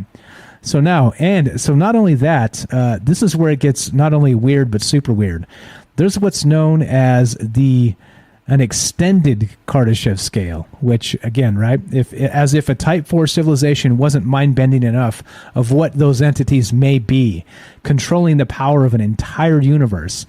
Surely a Type 4 civilization would be creating a new universe, wouldn't they? Very much like Avi Loeb suggested in that op-ed he wrote for Scientific American. If a universe is built, constructed, created, whatever you want to call it, wouldn't the idea be for that universe to replicate itself at some point? Very much like we said previously. People can replicate, right? People make more people, right? Bacteria make more bacteria. Viruses make more viruses. And there are different ways of doing these things. But how would a universe create another universe? And that's the question. And what type of civilization would it take to actually be able to create our universe inside a laboratory? So again, those are my thoughts on this tonight. I don't know. I think, like I said, I think there's a point where we end up a little too deep, right? We kind of get our knees a little further past the waves there, and it's difficult. It's difficult to describe this stuff in more general terms. And so, like I said, I'm struggling a little bit just kind of describing these thoughts. They're so huge. Again, without being a dick and just trying to step on everybody's toes, right? Because I could just be a dick and do that. But, like I want to, respect the things people believe. And not try and say, well, clearly this would be God, right? And I'm not going to make like sweeping statements like that. I'm asking the question is, what do you think? And so that's what's on my mind tonight. If you want to be part of the show, we're taking your phone calls, and you can reach the show at 702-957-1037. That's 702-957-1037. And you could click the Discord link at troubledminds.org. The phone number is also there as well, troubledminds.org. The website has everything you need, all the podcast links and all the rest of the stuff. So, yeah, I don't know. I think given this idea, was our universe created in a laboratory? That's the bizarreness of this conversation, of this question, and how big a civilization would it take?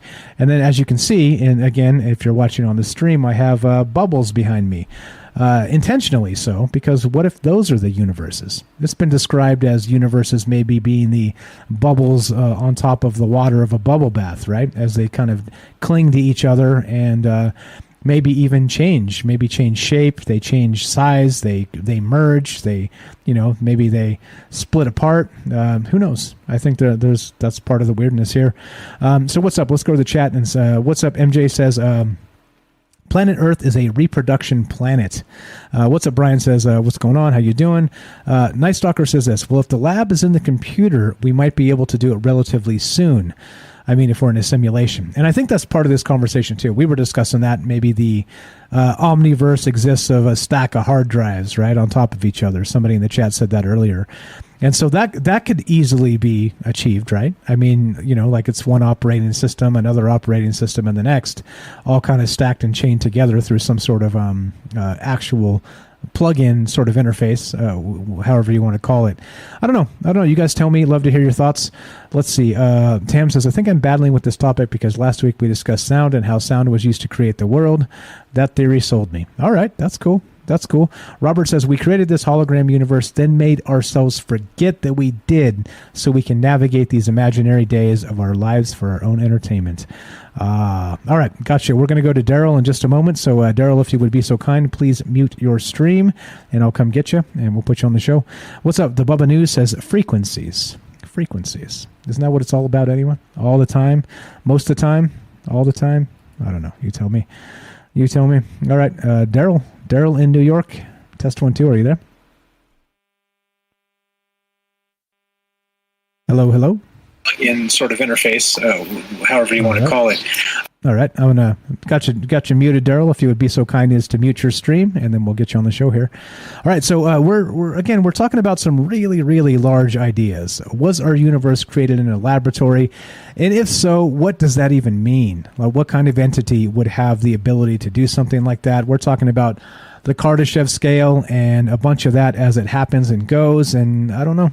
Omniversal foam, right? Robert on YouTube says, if the laboratory were a server, it would be a much more acceptable idea, I think. Well, again, what if it's a big petri dish? Yeah, I don't know. You tell me.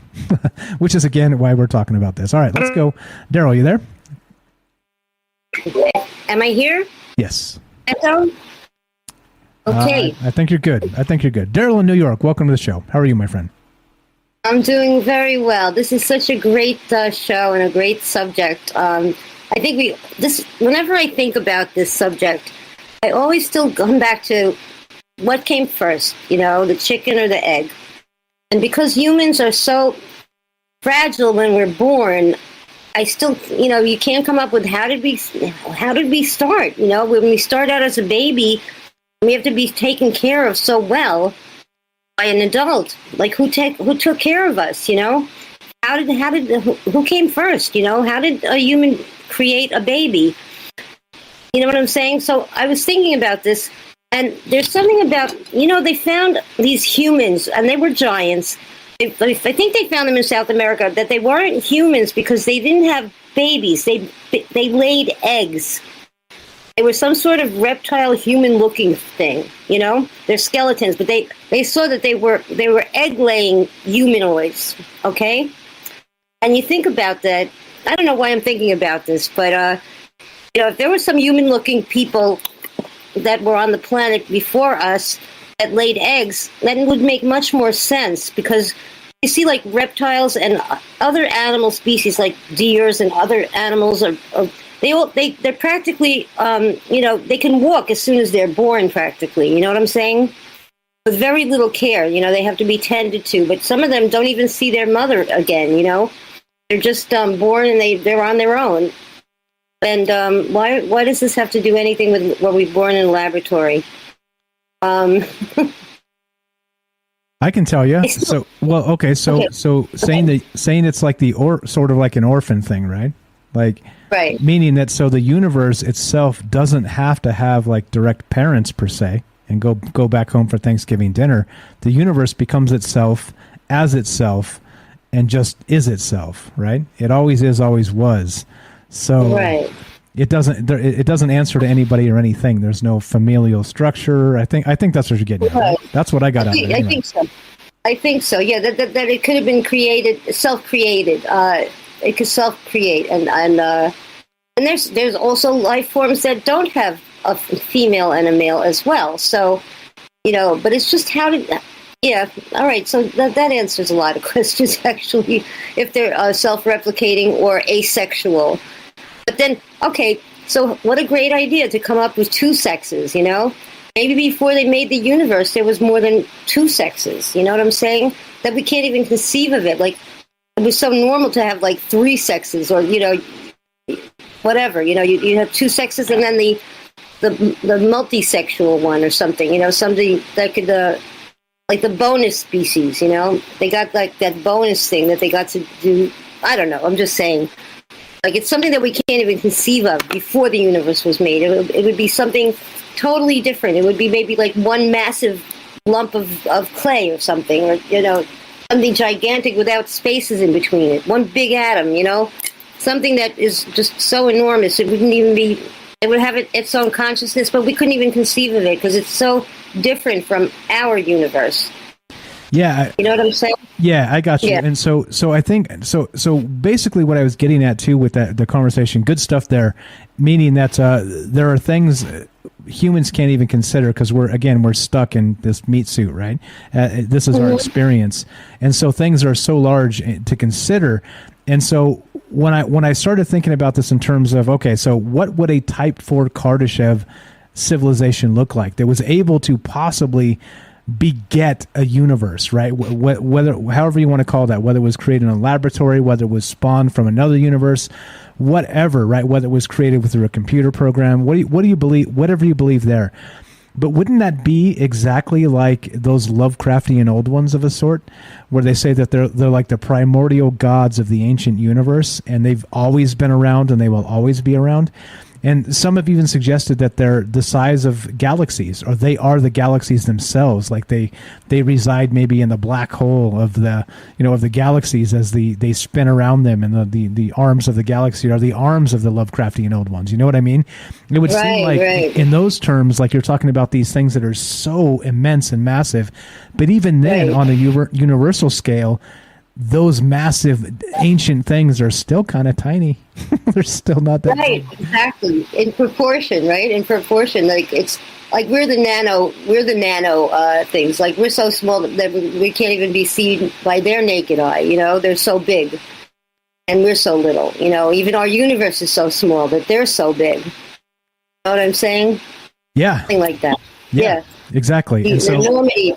Yeah, the enormity of it is almost hard to conceive. Yeah, and then it's beyond that. Exactly, and then it's beyond that, and I think that's why we probably haven't had a ton of callers. People are a little scared off because it's enormous. It's an enormous sort of undertaking to even try and put it into words. Like I said, I'm not scared. I'm cool. It's, stepping on putting my foot in my mouth constantly, stepping on my tongue, whatever you want to say, constantly. I'm fine with that. No, I know, but I mean, I'm okay not being able to say it perfectly. But when you think of things in those terms, it does become daunting. And so here we are. Talking about the multiverse, as it were. So we got like 2 minutes left. So go ahead with your thoughts here on this. Let's finish this up. I want to make sure you get the time. I think when you have problems and you look at the world, in perspective, it's so enormous. Everything here really does seem so trivial and so small in comparison to the big picture, I suppose.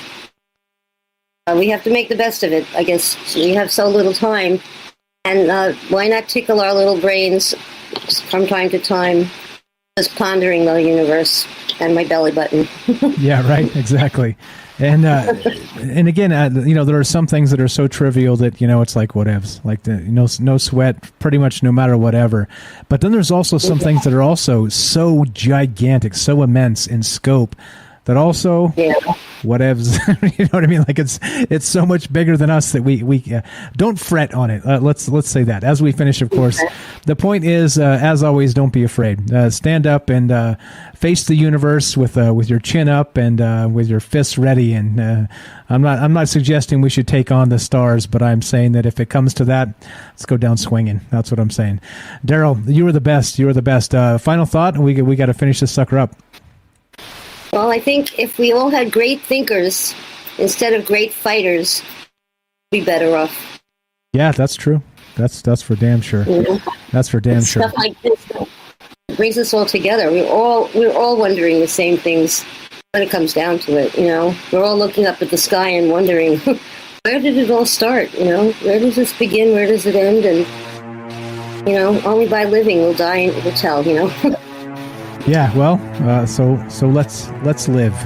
Let us live, shall we? Daryl in New York, thank you so much for the call. I appreciate your thoughts on this. Thank you for being unafraid to call in and put your foot in your mouth because, well, that's what we do here as we drink the maybe juice. You're the best. For sure. All right, thanks a lot. Appreciate the phone call. We're going to keep on trucking. Actually, we'll put Daryl back in. You can listen right there. Daryl, don't go anywhere. All right, so we're going to keep on trucking and talking about this because we've got a third hour of Troubled Minds coming up.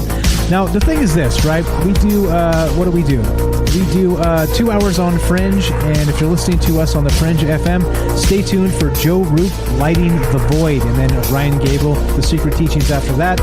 And if you're listening on the podcast feed or any other platform, that would be Rockfin, D-Live, YouTube, or Twitter, stay tuned for a third hour of Troubled Minds, and you know how this goes.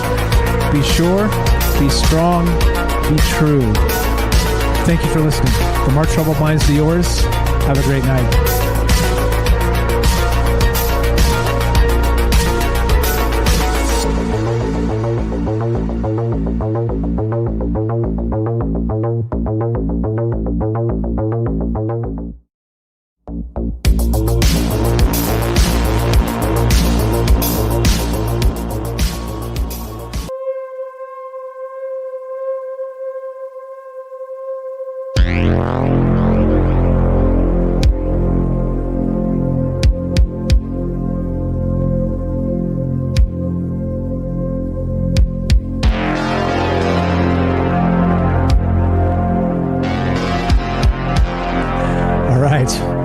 All right, guys, we're going to do one more hour of Troubled Minds. Like I said, I realized this was kind of what do they call it, biting off more than you can chew.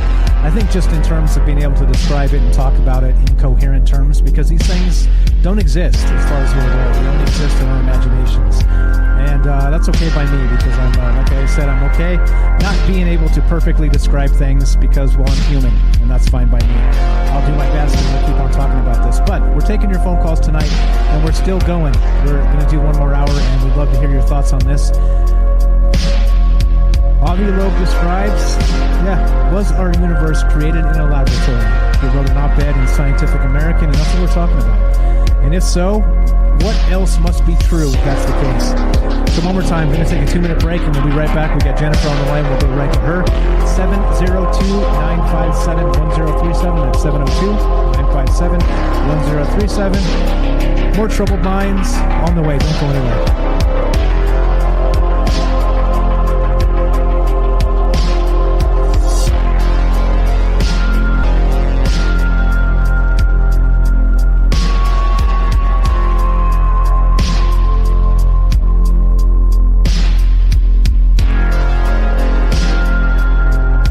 All right, welcome back to Troubled Minds. I'm your host, Michael Strange, and we're taking your phone calls if you want to be part of the show tonight.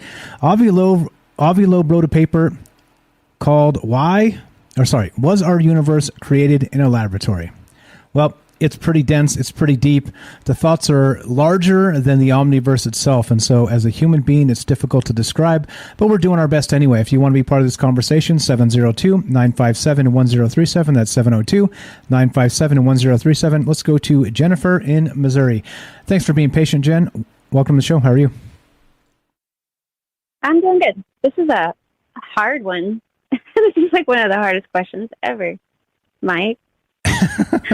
But it's because everybody's thinking about it, you know? Because, I mean, everybody's thinking about it anyway, I guess. So, I mean, and everybody thinks about it, you know, probably, I don't know, maybe once a month. I'm sure people think of it of like, what is going on here? Like, how is this even possible? But I mean, was the universe possibly created in a laboratory? I would say, sure. You know, I mean, like, at this point, I mean, because there's no way to understand. We may one day understand, I think. I mean, my perception of what could be happening is that, you know, there's the human cycle bit that, like, whatever, what Daryl was talking about when she was talking about, it basically starts with life, kind of. Hold on, my dogs are freaking. Anyway, it kind of starts with life, you know, the father and the mother, they create the baby comes alive, it begins to sense its reality through its perception, it begins to perceive the universe, and that grows with observation. They begin to, for them, you know, reality is very simple, then it becomes more complicated, the more they observe it. So I kind of have the theory that, I mean, it's possible that the universe itself is ever-changing, but looping in some ways as it's being observed. So it seems like a reasonable idea. If a person has none of the senses, there is no reality. So it could all be, I mean, if you can't touch it, smell it, taste it, see it, hear it, all those things, then it's not even there. But it is there. Like, I'm sitting here and I see this, but there could be somebody here who's completely sensory deprived, and it's not. And so I can tell them all day, but for them, it doesn't exist. And for us, it exists because we're being told it and we're observing the things that we can observe. But it doesn't, if it's never observed, it's not there. But for example, these scientists are observing, they're looking deeper and deeper out into the abyss, basically. And even like deeper and deeper into the microscopes and everything. And they're seeing more and more because they have to see something. I mean, they have to see something as they keep looking. So, and then they're just interpreting what they're seeing and trying to explain through their senses what they're experiencing and seeing. So it could be, I mean, any answer will do, you know, I guess in a way. Yeah, totally. I mean, the idea that somebody in the past, or not somebody, because what Daryl mentioned about, you know, the chicken before the egg thing. So obviously, you could say something as simple as, I mean, it's unbelievable, but I mean, it's a constant cycle for a human comes into the world, they perceive it. So that's basically where I'm at. I mean, I think observation makes it exist in a way, because it just can't exist if you're not perceiving it, seeing it, feeling it. Because to that person, if everybody had no senses, if we were all just like had minimal amount of senses, for example, like maybe a mollusk or something, reality would be entirely different, and we wouldn't be seeing any of this. So, I mean, and it wouldn't matter how much you try to convince a mollusk that this is all going on. It doesn't matter. It just doesn't exist. So it seems to have some kind of connection with human observation, And there have been studies done about this with quantum mechanics, where I can't remember the scientist's name, but they were doing the split, proton, light, and dark experiments, where it seemed like the proton laser was responding to what they were testing. If they were testing this, it would do this. But if they were testing this, it would do this instead. So it may I don't know. I think there's an intrinsic link between perception in the mind and what we are perceiving. But that's something that people have, because for lack of a better answer, it's one of the ones that doesn't make sense, but yeah. No, well, and that's the observer effect, right? So if you cannot observe it, does it even exist? That's what you're getting at, right? Yeah, is this world even here? Exactly. Like, are we just imagining everything? We both come up, up here there's a shelf, and so I bring a friend up here, and they see the shelf. We're both seeing something. There's something there, and we're perceiving it. Because if you think about an infant, they don't know what they're seeing. Like when they open their eyes and look at the world, and animals too, they're seeing a completely different reality. But human reality looks a certain way because it's just So, like an ant, the perception of an ant is a completely different reality than our reality, entirely different. And for example, a worm in the dirt, completely different. So, and that's not just that's just how it is. There's no doubt about it that they have a completely different experience of existing. And someone who has no senses, blind, deaf, mute, no sense of touch, which actually is a condition, just a chronic, basically, they're conscious, they're alive, but they're experiencing nothing, feel nothing, see nothing, hear nothing, smell nothing, or maybe they have all those. I don't think anybody's been born like that, but but people do it intentionally with, the sensory deprivation tanks. So that's the reverse of that though, where you have all the senses, but they're taken away. A lot of times people, they begin to imagine their world themselves based off of what they used to know. So a person in prolonged time in a sensory deprivation tank will begin to have hallucinations to make up for the lack of, stimuli. So I don't know. It does seem to have something to do that the mind is intrinsically linked in some way.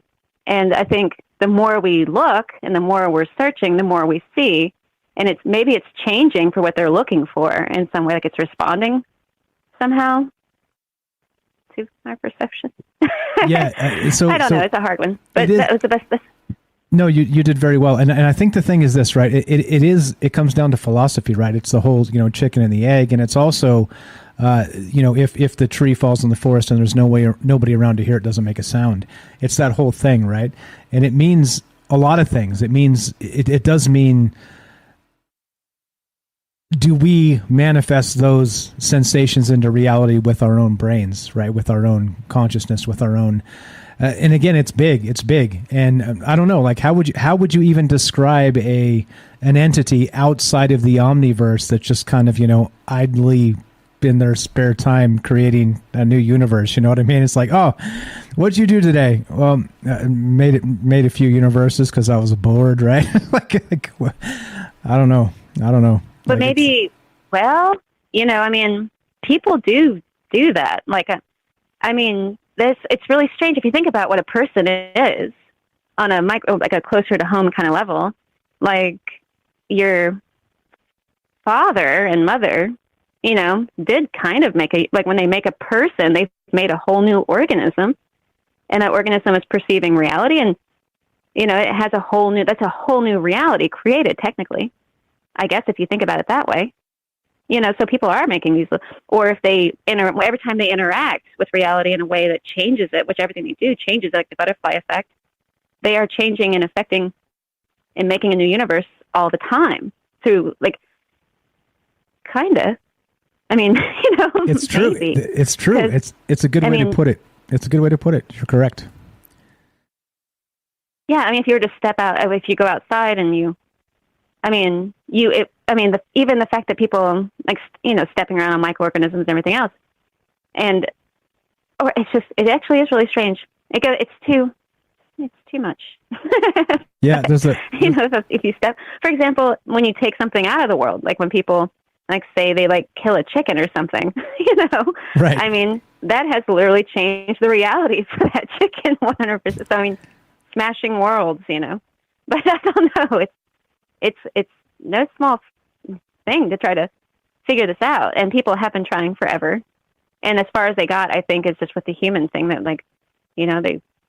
the coming from your, all the way down the line of human beings and still going. And then I just don't understand how, I don't understand before that, that's where everybody has trouble. And that's where everybody's been trying to explain forever. Like the Catholics were like, we got Big Bang, we figured it out. And then people started questioning it and it got all right.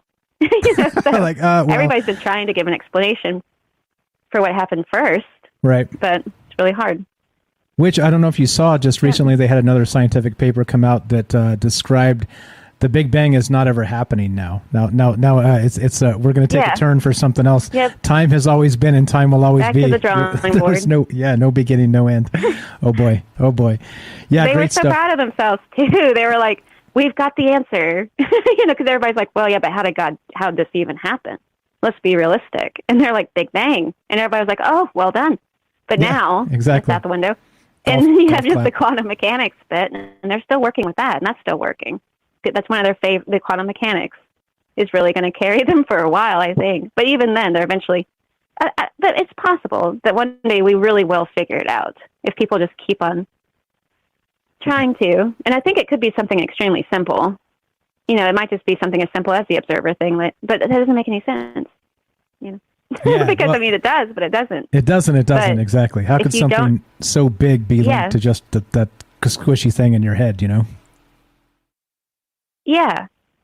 Yeah. But it does seem to go geez. Anyway, good topic, Mike. No. Wait. You're not allowed to go until you talk yourself into a pretzel. No, I'm just kidding. If everybody wants to hear more I did. No, you totally did. You're good.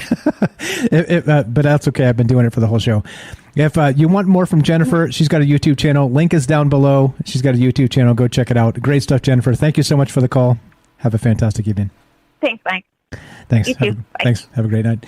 There you go. I don't know. You tell me. The question is a big question, and so that's why we're doing this. Again, like I said, many others would not even dare to take this on. I'm unafraid. Let's do this, and let's take on the universe. No, let's take on the omniverse. We can do it together. I have faith. Thank you for the call, Jennifer. Good stuff. Thank you for all the great calls tonight. We're looking to talk to you. Avi Loeb says this. Was our universe created in a laboratory? And if so, what does that mean?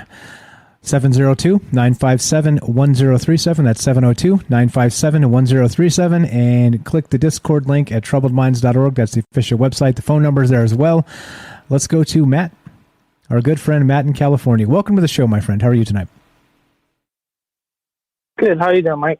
Hey, okay, man. Other than confusing myself every 5 minutes, but I'll make it through. Yeah. This is definitely a good one, a deep, open your mind conversation, and I don't know, it makes you think. They call it philosophizing, right? We're just kind of guessing, kind of throwing stuff out there, and so some of my a theory that I have, of course, I don't know the answers, but the theory that I have is. In these, the 7 Hermetic laws, so these universal laws, one of the laws you want to look up is the law of mentalism. And that law is saying something like, we are all part of a divine mind.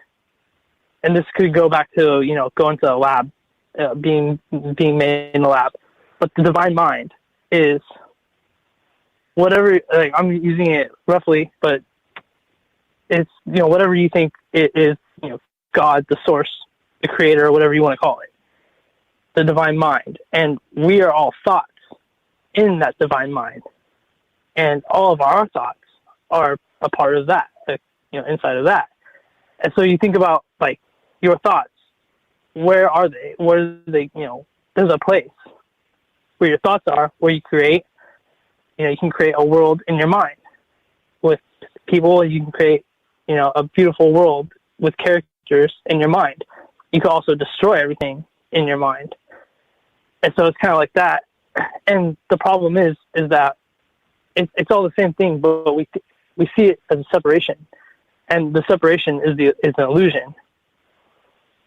And so in this, it's all the same thing. The mind and our mind, it's all on the same divine mind. And so a way of thinking of this is like a wave. Okay, well, wave is water. But like when water rises up, we call it a wave. But if we just call it a wave, we're discriminating against that. It's still water. So that is the separation. Okay. All right. You with me? Are you following me? Are you? I'm with you. I'm trying my best. Like I said, I've been struggling trying to put this into words the entire time. So okay. So,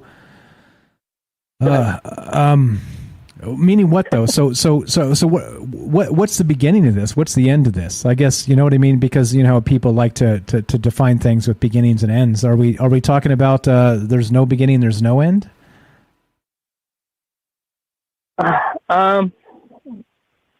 Yeah, that's a good question. Yeah, there's boundaries, of our mind, and there's boundaries of the divine mind. So that could go into the whole parallel universe thing of there being multiple universes. But I don't know. I'm just saying this.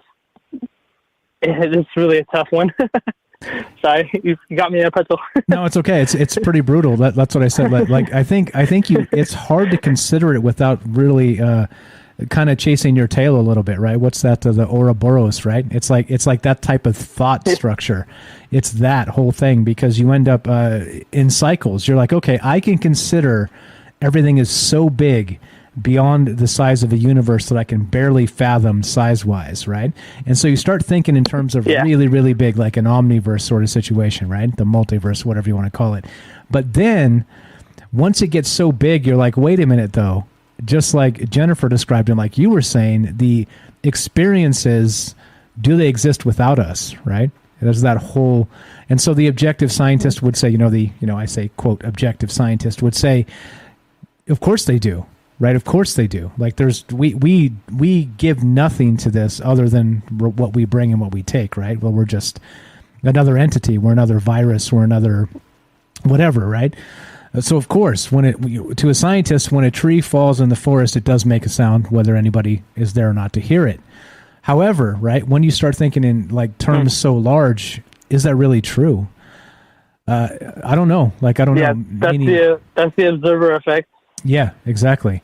And so they've scientifically through quantum mechanics have at least proven that something changes when it's being observed. And so we don't know what.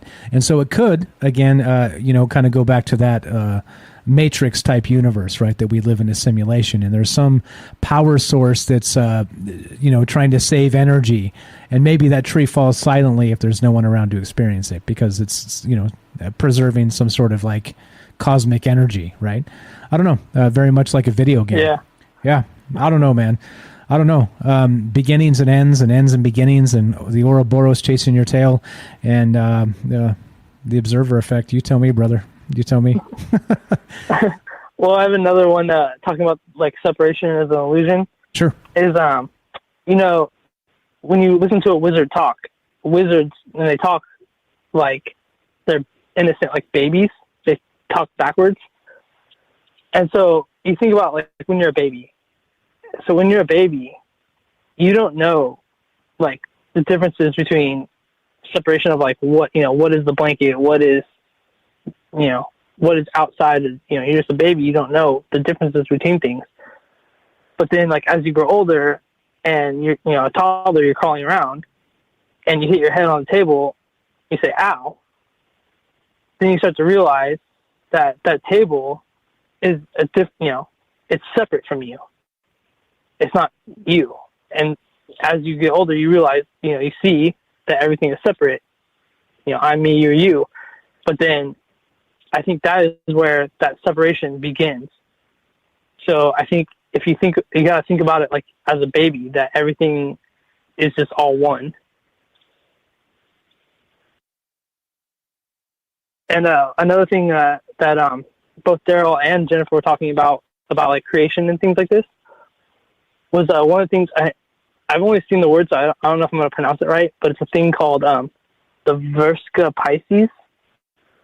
I don't know if you know what this is. It's like two circles, and then they cross, and they like overlap, and they're like, it's one thing and the other thing, and then in the middle is what's in common. Do you know what I'm talking about? I not directly, no, but I'm following how you're describing it. Okay, so like it's two circles, they overlap, and it's like, one's like something, and the other is another thing, and then in the middle, it's like what they have in common. Okay, I got you. I don't know what's it called. And so like in the middle, I don't know if I'm saying it right. The Verska Pisces. Okay. You see a lot. You learned about it in school. It's like one thing. I don't know how to explain it. One thing, and then another thing, and then in the middle, it makes like an eye because they cross. So it makes like an eye shape or like a fish shape. And that's like creating a whole new thing. So that's what it's talking about, like a male and a female, and it creates, a whole new thing in the middle. I see. So the overlap is actually two separate things, but they're creating something else just by the overlap. I see. Yeah. Okay. So you got to think about like that too, how we're talking about like, it's like two things creating one, how was the first, thing made? How was the universe made and all that stuff? I don't know. It gets crazy. Yeah, exactly. I mean, that's part of it. No, you're good. You're like great thoughts. This is why we do it, man. You already know. That's exactly why we do this. So fantastic stuff as always, man. What would you call it then if you have something that actually steps outside of our universe and is able to create other universes? Would you call that a godhead or a extraterrestrial? You think there's a term for that? Yeah, I think it'd be more of like a creator. Creator, right? So like, yeah, the creator. It's whatever you want to call it. The creator creates worlds, and all the people inside that world are just a thought in that mind. So it'd be God or whatever you want to call it. Yeah, like I said, it gets a little sticky because once you start like kind of throwing out those terms, people get uncomfortable, right? Yeah. Well, okay, whatever you want to call it, let's put it that way. Yeah. That's why I was curious if you had an idea of what this might be. Creator's a good one. I mean, we're together creating like the source, the divine, the Godhead. All of it. Yeah. Whatever you believe in could be the creator of the universe. Like there could be other creators of other universes, and that goes into the parallel universe, and that goes into the whole like, what if we're in a lab? Right. Terrifying. Yeah, in some like petri dish that should have been cleaned out. Like the tank is going green. Yeah, you're the best, Matt. But anyways, it's a great conversation, and just awesome stuff to think about, and it's never ending. So I appreciate you asking those questions. And thanks for having me on. Pleasure's ours. Thanks, Mike. Pleasure's ours, Matt. Matt in California, thanks for the call. Talk to you soon, man. Have a great night. There you go. Simple as that. I say simple. It's not simple because the conversation is dense, and it's okay. Like I said, it's okay to kind of flounder with some of the answers here. Even floundering with some of the questions, it becomes just a very, very large, Ouroboros chasing your tail sort of situation, right? The end in the beginning, and here we are trying to figure it all out. So I don't know. You guys tell me. I'd love to hear your thoughts on this. Avi Loeb says this: Harvard scientists suggest that our universe was created in a laboratory, and that's what we're talking about tonight. And again, right, like clearly lots of things have to be true for that to even be remotely considered as, a quote fact. But those things are massive. And so that's why we get together and do this stuff. Like I said, it's if I didn't enjoy it and think about this stuff and think about what's big. Well, a Mack truck is big. All right, yeah, you're right. But what's bigger than big, right? Oh, I don't know, the moon. Yeah. Now you're onto something. Now what's bigger than big, right? And then, you see how this conversation goes. Here we are. So, hey, I'd love to hear your thoughts on this. If you want to be part of the show, 702-957-1037. You can join the Discord at troubledminds.org. Click the Discord link. And we're just, we're just a light Monday night. We're just discussing the nature of the universe, or the omniverse, the multiverse. Just a light Monday night. No problems here. Rohan, whenever you're ready, my friend. Rohan in the UK, ready for you. Yeah, I don't know. Bud. What's up, man? Welcome to the show. How are you, my man? Hey. Yeah, not too bad. I not long woke up, so just bear with me. Nice. Oh, hey, yeah, some light conversation for the morning. Yeah, I love that. I like to eat this stuff for breakfast, Yeah, right. Totally. So I'm sure you got some answers for us, don't you? There's got to be some answers in this. Oh, of course, yeah. I've got them all written on the back of my hand. You want to get a pen? Yeah. Just read it. Just read all the answers. No, none of the answers. No, I just wanted to comment off the back of Matt's comment, actually, where you mentioned, because we're talking about creation and the Big Bang, and you mentioned the Vesca Pisces, and I was like, yes, nice one. You're not letting me down, because that really counts for this stuff. Because if you look into geometry and platonic solids, and they're supposed to be the framework upon which reality is placed. Okay, and if you look at you can there's kind of, in mathematics and in geometry, you can kind of look at how things evolve with shapes. And the circle it's been concluded would be the first ever shape of creation. Oh, okay, because it's the most stable sphere. It's the strongest in all directions, right? But the only thing you can do with circles is just keep making loads of circles into arrangements until the point where you overlap a circle, and that's where the Vesca Pisces come in. And I think that's why it's the sort of the end of the zodiac and the beginning. It's like the alpha, the omega. Because that overlapping point, like say, it creates that third option. Do you know what I mean? And that's where you get in the flower of life pattern that comes off of the back of that Vesca Pisces. I think that's also why the Pope's got his Pisces-shaped hat as well. So I thought I'd give Matt a bit on that one and throw that little bit in there. Gotcha. Nice. Yeah, I didn't know that actually had a name. I've seen it. I've seen the diagram where they meet and that whole bit. Somebody posted that in the chat. I think it was that Night Stalker. Yeah. So I've seen the diagram clearly, but I didn't know what it was called. It's so there's like a sacred geometry aspect to that. Yeah. Because I think it's sort of like saying it's a bit like the way that things would naturally evolve. So if you've got the circle, like I say, the best thing you can do is arrange them. Do you know what I mean? It's not until you get that overlapping point. I think it's where we're looking at seeing how the dimension is created. Do you know what I'm saying? Because I don't know if you've ever heard of this one, Mike, but there's a kind of theory that the third dimension is like the latest one. And it seems a bit weird because you think then you fit 1, 2, 3, 4, 5 and stuff, but no. The third dimension is kind of a bit of a unique dimension because it's the only one that you can have linear time. It's the only one that you can not know what's coming. Do you know what I'm saying? Yeah. All the rest of them, in 2 dimensions, you're frozen, aren't you? There's no movement. In 3 dimensions, you've got movement, but anything above 3 dimensions, you've got time. You're bending around time, aren't you? There's no surprises. Do you know what I'm saying? So there's this idea that the fallen ones are like, I don't know where this comes from, but like the fallen ones are really, no, that's everybody. We're all fallen, quote unquote, angels because we've chosen to. Do you know what I mean? To have a new kind of experience in 3 dimensions. Do you know what I mean? I don't know if you've ever heard of this before.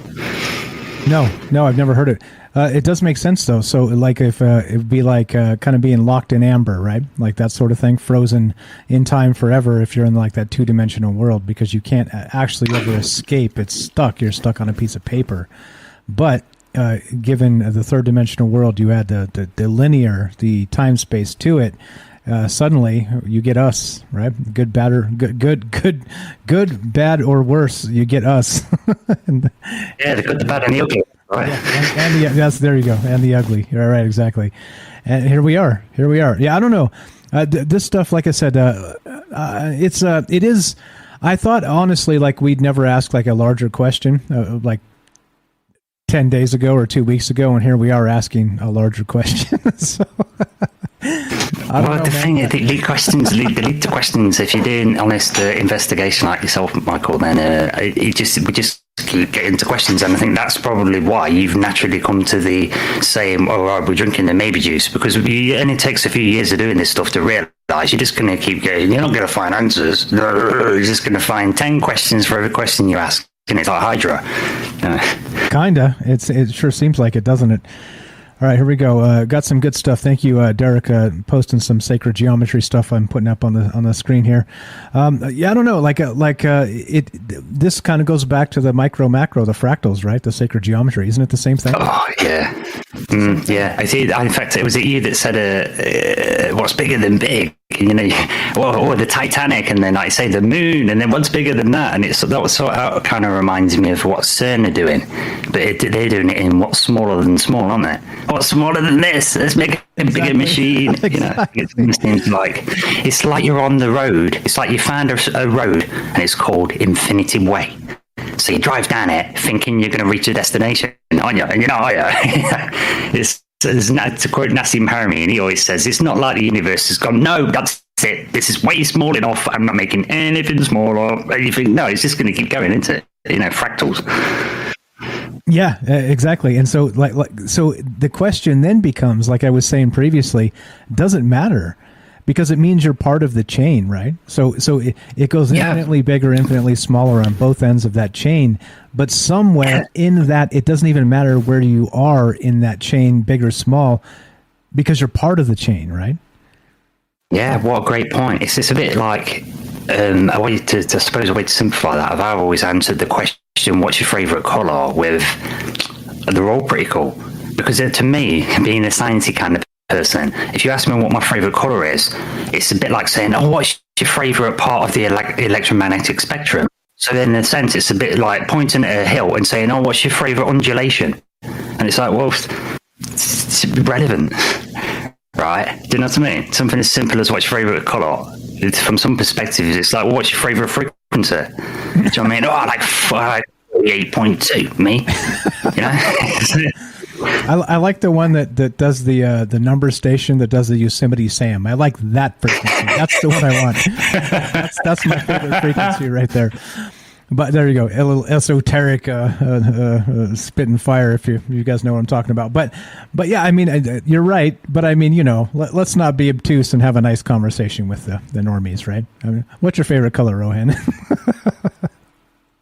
Purple. Okay, just making sure. That's how resentful I was when I said it. I'm just making sure. I prefer light blue myself. No, like not like a, more like a cerulean blue. Remember that X-Files episode? Oh, cerulean blue. Oh, I like that. Hey, yeah, cerulean. Oh, is that the cerulean that's in the lizard? I don't know, man. You know me. How's that maybe juice taste in the morning, by the way? It's all right, man. It's nice. I like it. Just keep drinking out, dude. Right on. Probably got a problem. I've got a problem. Other problems. All right, sweet. So okay. I don't know then. So then, what would you call again? Like I asked Matt, what would you call that entity? Whatever it is, right? If it's so large, we can't even conceive of it. And I even called it Lovecraftian old ones, right? So let's say a Lovecraftian old one is a supermassive black hole, right? Let's say that's where they live, right? Something like this. But then that's on a galactic scale. We're not even talking a universal scale. So what brought in the Lovecraftian old ones? Exactly. Well, there we go. There you see, and funny you should mention what if I don't know if you just plucked that out of the air, Mike, what if they come from the centre of the galaxy? But that's what the Gnostics were saying. That's what Gnostics said they did. And they weren't describing the old ones like tentacles and that, but that's what they said. They said, oh yeah, there's these beings that are so advanced in this galaxy. I'm only talking this galaxy. These beings are so advanced, they lived in the centre of the galaxy. And they haven't got corporeal forms. I don't know if they've had a previous shed and they're that advanced. And so they could be any form. So they might be like Lovecraftian old ones, and they're saying it's one of these types. That's what they do is, because, you know, time is different for them. They run experiments off into the galaxy and just see what happens with life. You know, that's what they're doing, because they've got thousands of years to watch. You know, and they're saying that's how Earth was created. The Earth, the planet Earth, right beneath our feet right now, ain't a regular planet. It's basically one of these Lovecraftian old ones just invented, come up with the idea of the human genome or the humanoid form, got pulled into the experiment, but rather than scrap it, had to jiggle it around a bit and become part of the experiment. So our planet is actually, in that sense, a Lovecraftian old one that's asleep. You know, so think about that. Yeah, hibernating. What happens when that MF wakes up? Exactly. Yeah. Well, that's the thing. You don't want it to wake. You don't wake a sleeping dragon. You'd never wake a sleeping dragon. No, because then we're all kaput. It's all gone, isn't it? Yeah. Wen, what's up in the YouTube chat, says a good way of finding answers is meditating and going within, in my humble opinion. And I'm with you. Like, I think this is part of that. Like we said, doesn't matter in the chain whether you're super big or you're super small. You're still part of that chain of consciousness, of the universe, of the multiverse, of all of it. So I'm not sure that matters in particular, because think about, like, at the atomic level, who knows, right? Maybe, you know, Horton Hears a Who, right? You guys know that Dr. Seuss book? You got that little tiny village on the little tiny plant on the little tiny this, that, the other thing. It's like smaller than the head of a pin, right? Yeah, okay. Like I didn't know that. But they're shouting, right? And they're trying to be heard. But just because we can't hear them doesn't mean they aren't there. So I don't know. Yeah, it kind of like brings it back around to, like, does it really matter? Do you know what I'm saying? I think it's a bit like years ago. Somebody slid the flat Earth stuff into me through the back door, right? And so I thought I'll have a genuine look into it, and I concluded that I just don't care. Do you know what I mean? I just don't care. I don't want to spend the time I feel I would need to put into, you know, getting mastery of enough fields of topics to prove the Earth's a sphere or a potato. Do you know what I mean? I don't think I care. It's not top of my agenda. You know what I'm saying? Of all those questions, so I keep going with more questions. It keeps getting pushed down the pile. Do you know what I mean? Because it's not affecting my direct stuff. You know, I don't know what to do with it, like the flat Earth stuff. So I think you got to pick and choose your battles, haven't you? Yeah, so it doesn't matter at all is the question.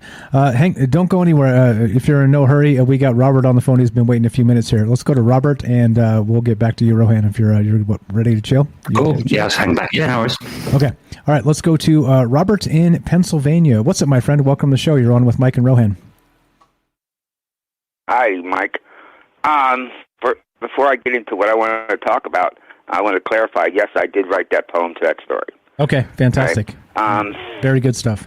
Yeah, every word in that, every word in the book I wrote. Nice. And that brings me to the point of the whole business of what you're talking about is under an umbrella called creation. All right? One of the best creators are writers. All right? Writers will create worlds. Let's say science fiction will create worlds. All right?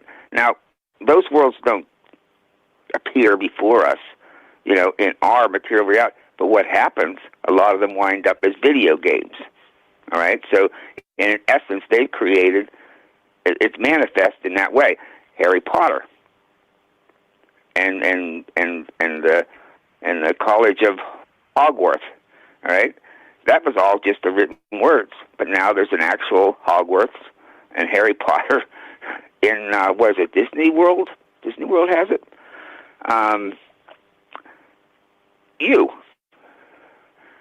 You had a vision of what you wanted to do. You wanted to do this show, right? It had humble beginnings, but it evolved and evolved and evolved and evolved, right? It wouldn't, if you hadn't thought it, it wouldn't be here, right? We're all creators, and what we think will manifest itself if it's really something that we want to happen.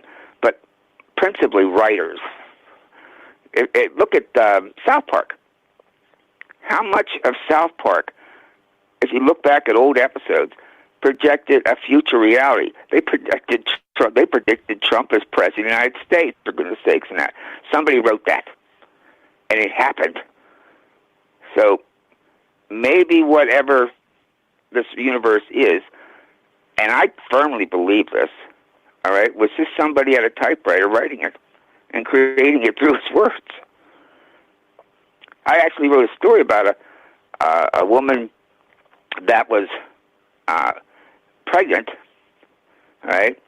And she realized that somebody was writing her story. Somebody was typing her story, all right? You'll see it in that book, by the way. And she gets it once she comes to realize that somebody was writing her story, and that somebody had a plot in the story where she loses the baby. She goes to war with the author, all right, and the story concludes with the author being engulfed in flames, all right, and she manages to save her baby. It's an interesting concept, but that's what I wrote. But anyway, I don't want to get too philosophical here, but writers are the most talented creators in all the universe. All right, whatever they put on paper, all right, becomes reality. It may not become a reality in our universe, but it creates another reality, another universe where that stuff is actually happening. Because it's something some teacher of mine once said to me years ago. Wherever the mind goes, the body must follow. So okay, interesting. Now your show continues to evolve.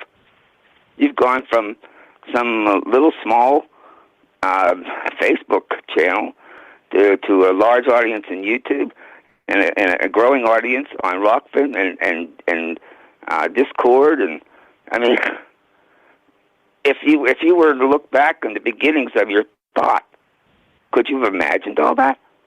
Could you have thought that would happen? But you just thought it, and the universe went into play to make sure it happened. I got you. No, I think it's funny that you say that because you maybe, I don't know, like, did I ever think we'd get here in this moment with amazing people listening and calling and having fantastic conversations every night? No, I didn't think we'd ever get here. It was the vision, though. It was. Yes, it started as a vision, but then you wanted to improve that vision once it started to manifest, all right? And everything you wanted has come to being, all right? You wanted to have really good listeners and viewers, and you got them, all right? You wanted to move to Rockfin, and you got it, all right? God knows, I like to see you sooner or later actually have your own television program, maybe on Discovery or something, all right, or even a coast-to-coast type of rival to coast-to-coast, because you're that talented. You're that talented. You can go there. All you have to do is think it. Thank you. And the universe will start to put all the molecules and all the substance that needs to be, all the things out there that will eventually manifest it. That's what creation, that story I wrote, is all about. It tells you about that stuff. Yes. That story, of all the stories that's in that book, is my personal, deep down belief on the truth of what we are, what life is, and it's not complicated. It's quite simple. Simple. There's no mad scientist creating us. There's no mad scientist creating us in the laboratory. Excuse me. We create. You create. Your listeners are creating. All right? They're depending on being able to see you and listen in and tune in Monday through Friday, whether it's the news show or it's the show. All right? And they come. All right? They've been wanting this show. So all those forces combined, and there it is. I'm amazed at what you've done. Very much amazed. Thank you. How you pulled this off. And I can see where you're going. And it's fabulous. And I wish you well. And I'll get off now. You're the best. Robert, before you go, I'm going to read this to you. Okay, good night. You still there? Okay. Did he leave? Yeah, he left. All right. I'm going to read his passage one more time. So he said he wrote this. So it's actually in italics at the top of his book. Again, this is that was Robert. Thank you so much for the kind words, my friend. Like I said, we inspire each other, don't we? And I think that's part of this. And why I want to point this out, because I found this in your book. I knew I'm reading these stories. Okay, they're short stories, and this book is called "Stories from a Fractured Mind," written by Robert, the gentleman that was just on the phone there. Now, this is the crazy part. I was flipping through this, and I knew there was a passage I saw that would fit tonight perfectly. And I found it. And I was like, okay, yes, this is it. I'm going to read this. This is written by Robert. Here you go. Let's see. Let's give myself some light here. Let's pump up the light because my old eyes are what they are. Here we go. Beyond the universe is the source of all we see. Where dwells the true real? Here, only a hazy facsimile. A projected reality, an illusion, a hologram of time and space. Our sham 3D reality dreams from that distant place. I think, therefore I am, is the greatest of delusions. All around us, a massive, spinning confusion. And we dare not dwell on the true source of our being. Fearing will cease to be, along with all we are seeing. Check it out. Stories from a Fractured Mind. There you go. Like I said, we are creating together. We are inspiring each other. That's amazing. When I found that, I was like, yes, that is what we're talking about tonight. And I had read it previously, and I was able to flip through and find it easily. So thankfully for that, maybe something was looking out after us as we create together. Thank you, Robert, for your kind words. Thank you for the fantastic phone call. Rohan, did you catch what he was saying there? We are the creators. I did hear that. Go ahead. That was an awesome. That was really nice. That was a really sweet call as well. That was really, really cool. And I was, yeah. Here. Agreed. A couple of comments. Cheers to the maybe juice. Yeah, cheers, man. Cheers. I think what it was in my mind, I was imagining he was talking about, if you land up a bunch of dominoes and you knock them down, you can see them in hindsight once you set them all. But I think at the beginning, you can't necessarily see how you're going to get to a place. And that's the thing. I suppose it happens with business as well. It's a bit like you've got to have a little bit of faith. And if you just keep aligning your actions, what you're doing with what you want, you think eventually it's got to work. Do you know what I mean? And when you put it down on paper, you think, well, yeah, if you make a product and you try and package it nice and you work on making it good, and then you want people to buy it, so you work on marketing and then get it to the places where people who's going to want to, then yeah, those practical steps are going to get you there. But like I say, so when it's all just an idea at the very, very beginning before you do it, it's all in flux, isn't it? And I think it's just that drive to push into solidifying. I think that's what I was talking about. And I was imagining that. And although it's a bit of a joke, we do kind of do this a lot. I did it earlier on. My friend was sort of not boasting, but saying about getting some snacks. And I don't really buy snacks. I've got a bit of a sweet tooth. And I was like, I want a cake right now. All right, it's shops are shut. And I knew I didn't have eggs. And they're a key ingredient for a cake. But I thought, no, I'm sure there's a way to make a cake. So I bravely went forward to cyberspace, to the great library, and found a method to make cake with no eggs, Michael. And I made 2 cakes, and I ate them, and they were good. and the Rohan made the cakes, and it was good. And the Rohan made the cakes. They were good. That seems to be the beginning of a funny memoir, is what that needs to be. By the way, if anybody's interested in Robert's book, links are down below. I leave his link there. Like I said, we inspire each other. And like I said, if you guys call in and be part of this show and you have your own channels, your own things, I'm not shy. I mean it 100%. We can succeed together. This is not a competition. I appreciate so much that you spend your time here. You call into the show, you contribute, all that stuff. So his link is always down below. If you guys have YouTube channels, just let me know, okay? If you call in and you're part of this, and you are in good faith, just hanging out with good people, I have no problem trying to help grow. And again, I'm not like The reach of this show isn't amazing. It's good, but it's not amazing, right? Maybe one day it will be, but it doesn't matter because help is help, and we're going to keep pressing and keep helping the people that contribute to the show. So thank you all for all the amazing calls tonight. Like I said, I got no problem putting links down below, pimping your stuff when you call. You're working hard too, and I appreciate that. Like I said, we inspire each other. That's what this is all about. So Rohan, are we? What's up? What's up with the outside of the multiverse? What's the largest critter out there? Is it like the space cow from Dune? You know what I'm talking about, or is it something else entirely? Oh, yo, man, yeah, well, bigger than that. How about bigger than that? Bigger than that. They're just mere fleas on the back of the big thing, whatever that is, you know. But I guess it makes you think, man. It's like, you think of the craziest thing you can think of, and let's say, you know, say you got a Lovecraftian old one mixed with 100 mushrooms, whatever. Right, think of that. But if we can only see so much of the EM spectrum, if we can, you know what I mean, if our minds can only do so much, I don't know, man. I think, imagine the craziest stuff you could think of in the astral world, but then imagine the craziest stuff you could think of in the seventh dimension. So I don't know, it's bigger than big. I don't think there's an end to it.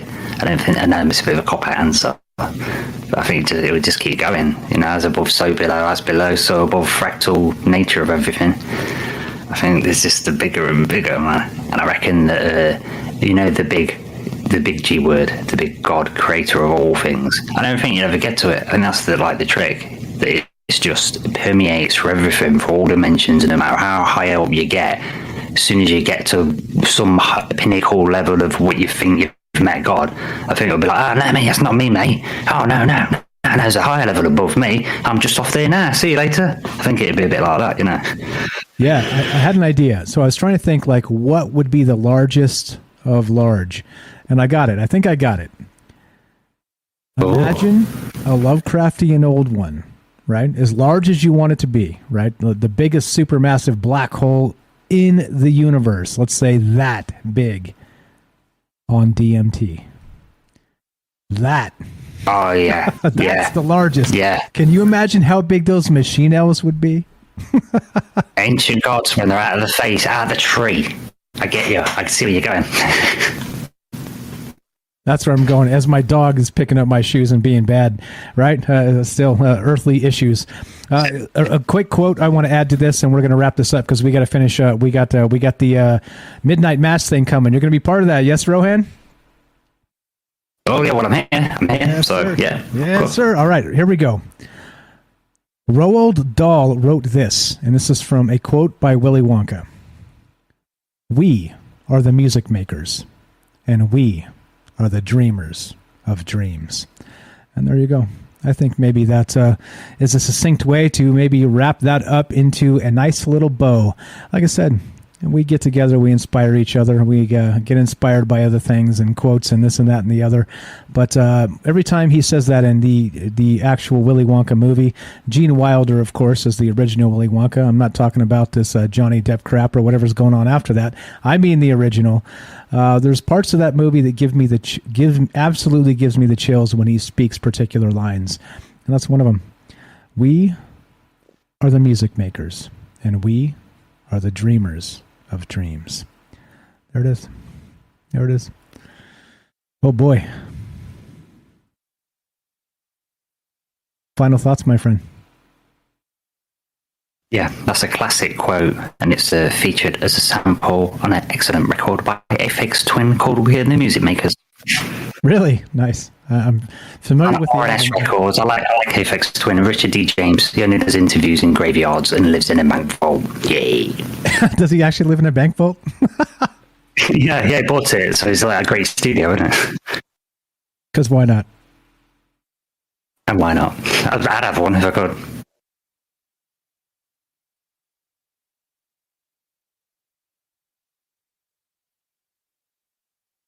Sorry, stepped away for just a moment to get my dog in her little kennel because she's literally chewing up my shoes and I'm not happy about it. Oh, that's not good. I could have covered for you, but I thought it was my internet breaking up. No, it's so difficult. I stepped away for a sec. I'll get her bed and her bone and stuff. She'll be okay in just a sec. Okay, but yeah, I don't know. Final thoughts on this. How big is big? How small is small? And where do we fit in between? Sum it up, Rohan. Well, I think it's all in the mind. You believe you are, you can. If you believe you can. Ah, yes. As I just described, we are the music makers, and we are the dreamers of dreams. Rohan, thank you so much for calling. Thanks, everybody, for being part of the show. We're going to wrap this up. And as you know, like, this is the thing, right? On Troubled Minds, we are unafraid of gigantic topics, even too big for us to really describe with our own mouths and brains, but we try and do it anyway. And there's we got some other things going on. There's some other things. We're trying to step onto the gas, right? These conversations, I think, are valuable for a lot of reasons, right? To maybe bring people to philosophy, maybe bring people to science, maybe bring people to God. And I don't mean my God, I mean your own God. I mean, again, this is no church, this is no anything, no synagogue, this is not a cult. This is people getting together, believing what they believe, and sharing ideas. And that's what this is all about. So we appreciate each and every one of you. If you want to support the show, you know what to do. Spread the word. That's the most important part. Spread the word. You can support us on Rockfin and Twitch and some other ways. And like I said, less important. That stuff's important, but it's less important than spreading the word, enjoying yourself, coming back, engaging, being part of these conversations. And as you know, we have more. We're calling this Marathon Monday. Did a news show from 3 to 4 today, and did this show from 7 to 10. And in about 30 minutes, we're going to continue, and we're going to do part 2 of our Midnight Mass extravaganza with Night Stalker, with James of Salcedo Paranormal, and with our good friend Rohan here. So that's coming up, and as you guys know, that's a different format, more of a round table. We're going to continue doing these things. So what we'll do is, like I said, this is an open invitation. We're going to continue doing these round table type discussions about different things. It could be pop culture things. It could be a show. It could be a movie. Dune's coming out. Maybe we could do Dune. That's coming out on the 22nd, I believe. But basically, we're taking you. You're invited. All right. So join the Discord if you have not, troubledminds.org, and we'll add you to these discussions. Right. We're going to try and keep it to about 3 or 4 people, so it doesn't get too many people trying to talk over each other at the same time, because you know how messy that can get. But we're doing it tonight. We're doing that, and like I said, we're going to continue doing that. Different days, times. We'll set it up. We'll figure it out. We'll as schedules permit. We'll continue talking about these things. So you guys are all invited. Please join the Discord, troubledminds.org. Click the Discord link, and we're going to talk about all kinds of amazing stuff. And again, let's do it. Let's wrap it up. Midnight Mass episodes 4, 5, 6, and 7 coming up in the discussion. If you have not watched that, it's definitely heavy spoiler alerts. And well, that's what's up. So we're going to end this up, and then we'll maybe 20, 25, 30 minutes. We'll see how long it takes to get everybody together, get everything set up, and we'll restart. So the streams will be where you're used to seeing them. They'll be on YouTube, they'll be on Rockfin, they'll be everywhere. So we're going to reboot everything, kill this stream, and then we'll come back and continue talking about crazy stuff, including, well, yeah, Midnight Mass. And if you haven't seen it, you're missing out. You're missing out. Final thoughts? Yeah, watch it. Watch it. Yeah, watch Midnight Mass. That's my final thought. Yeah. There it is. There's the final thought. All right, let's get the hell out of here. All right, so let's smash the music and GTFO, as it were.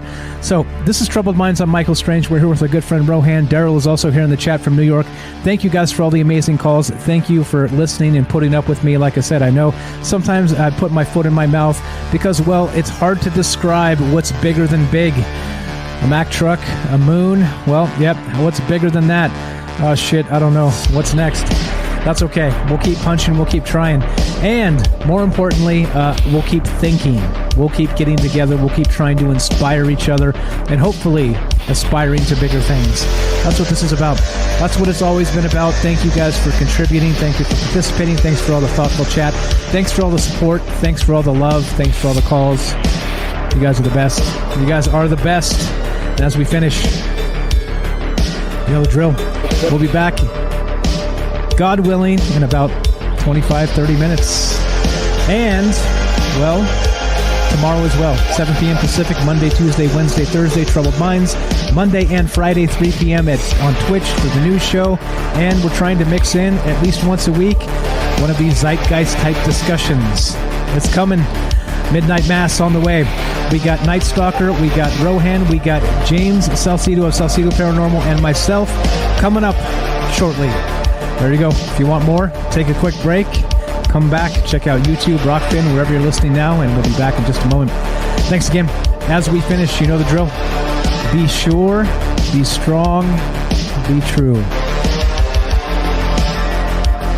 Thank you for listening. From our troubled minds to yours, have a great night. And we'll see you in just a moment. Be right back.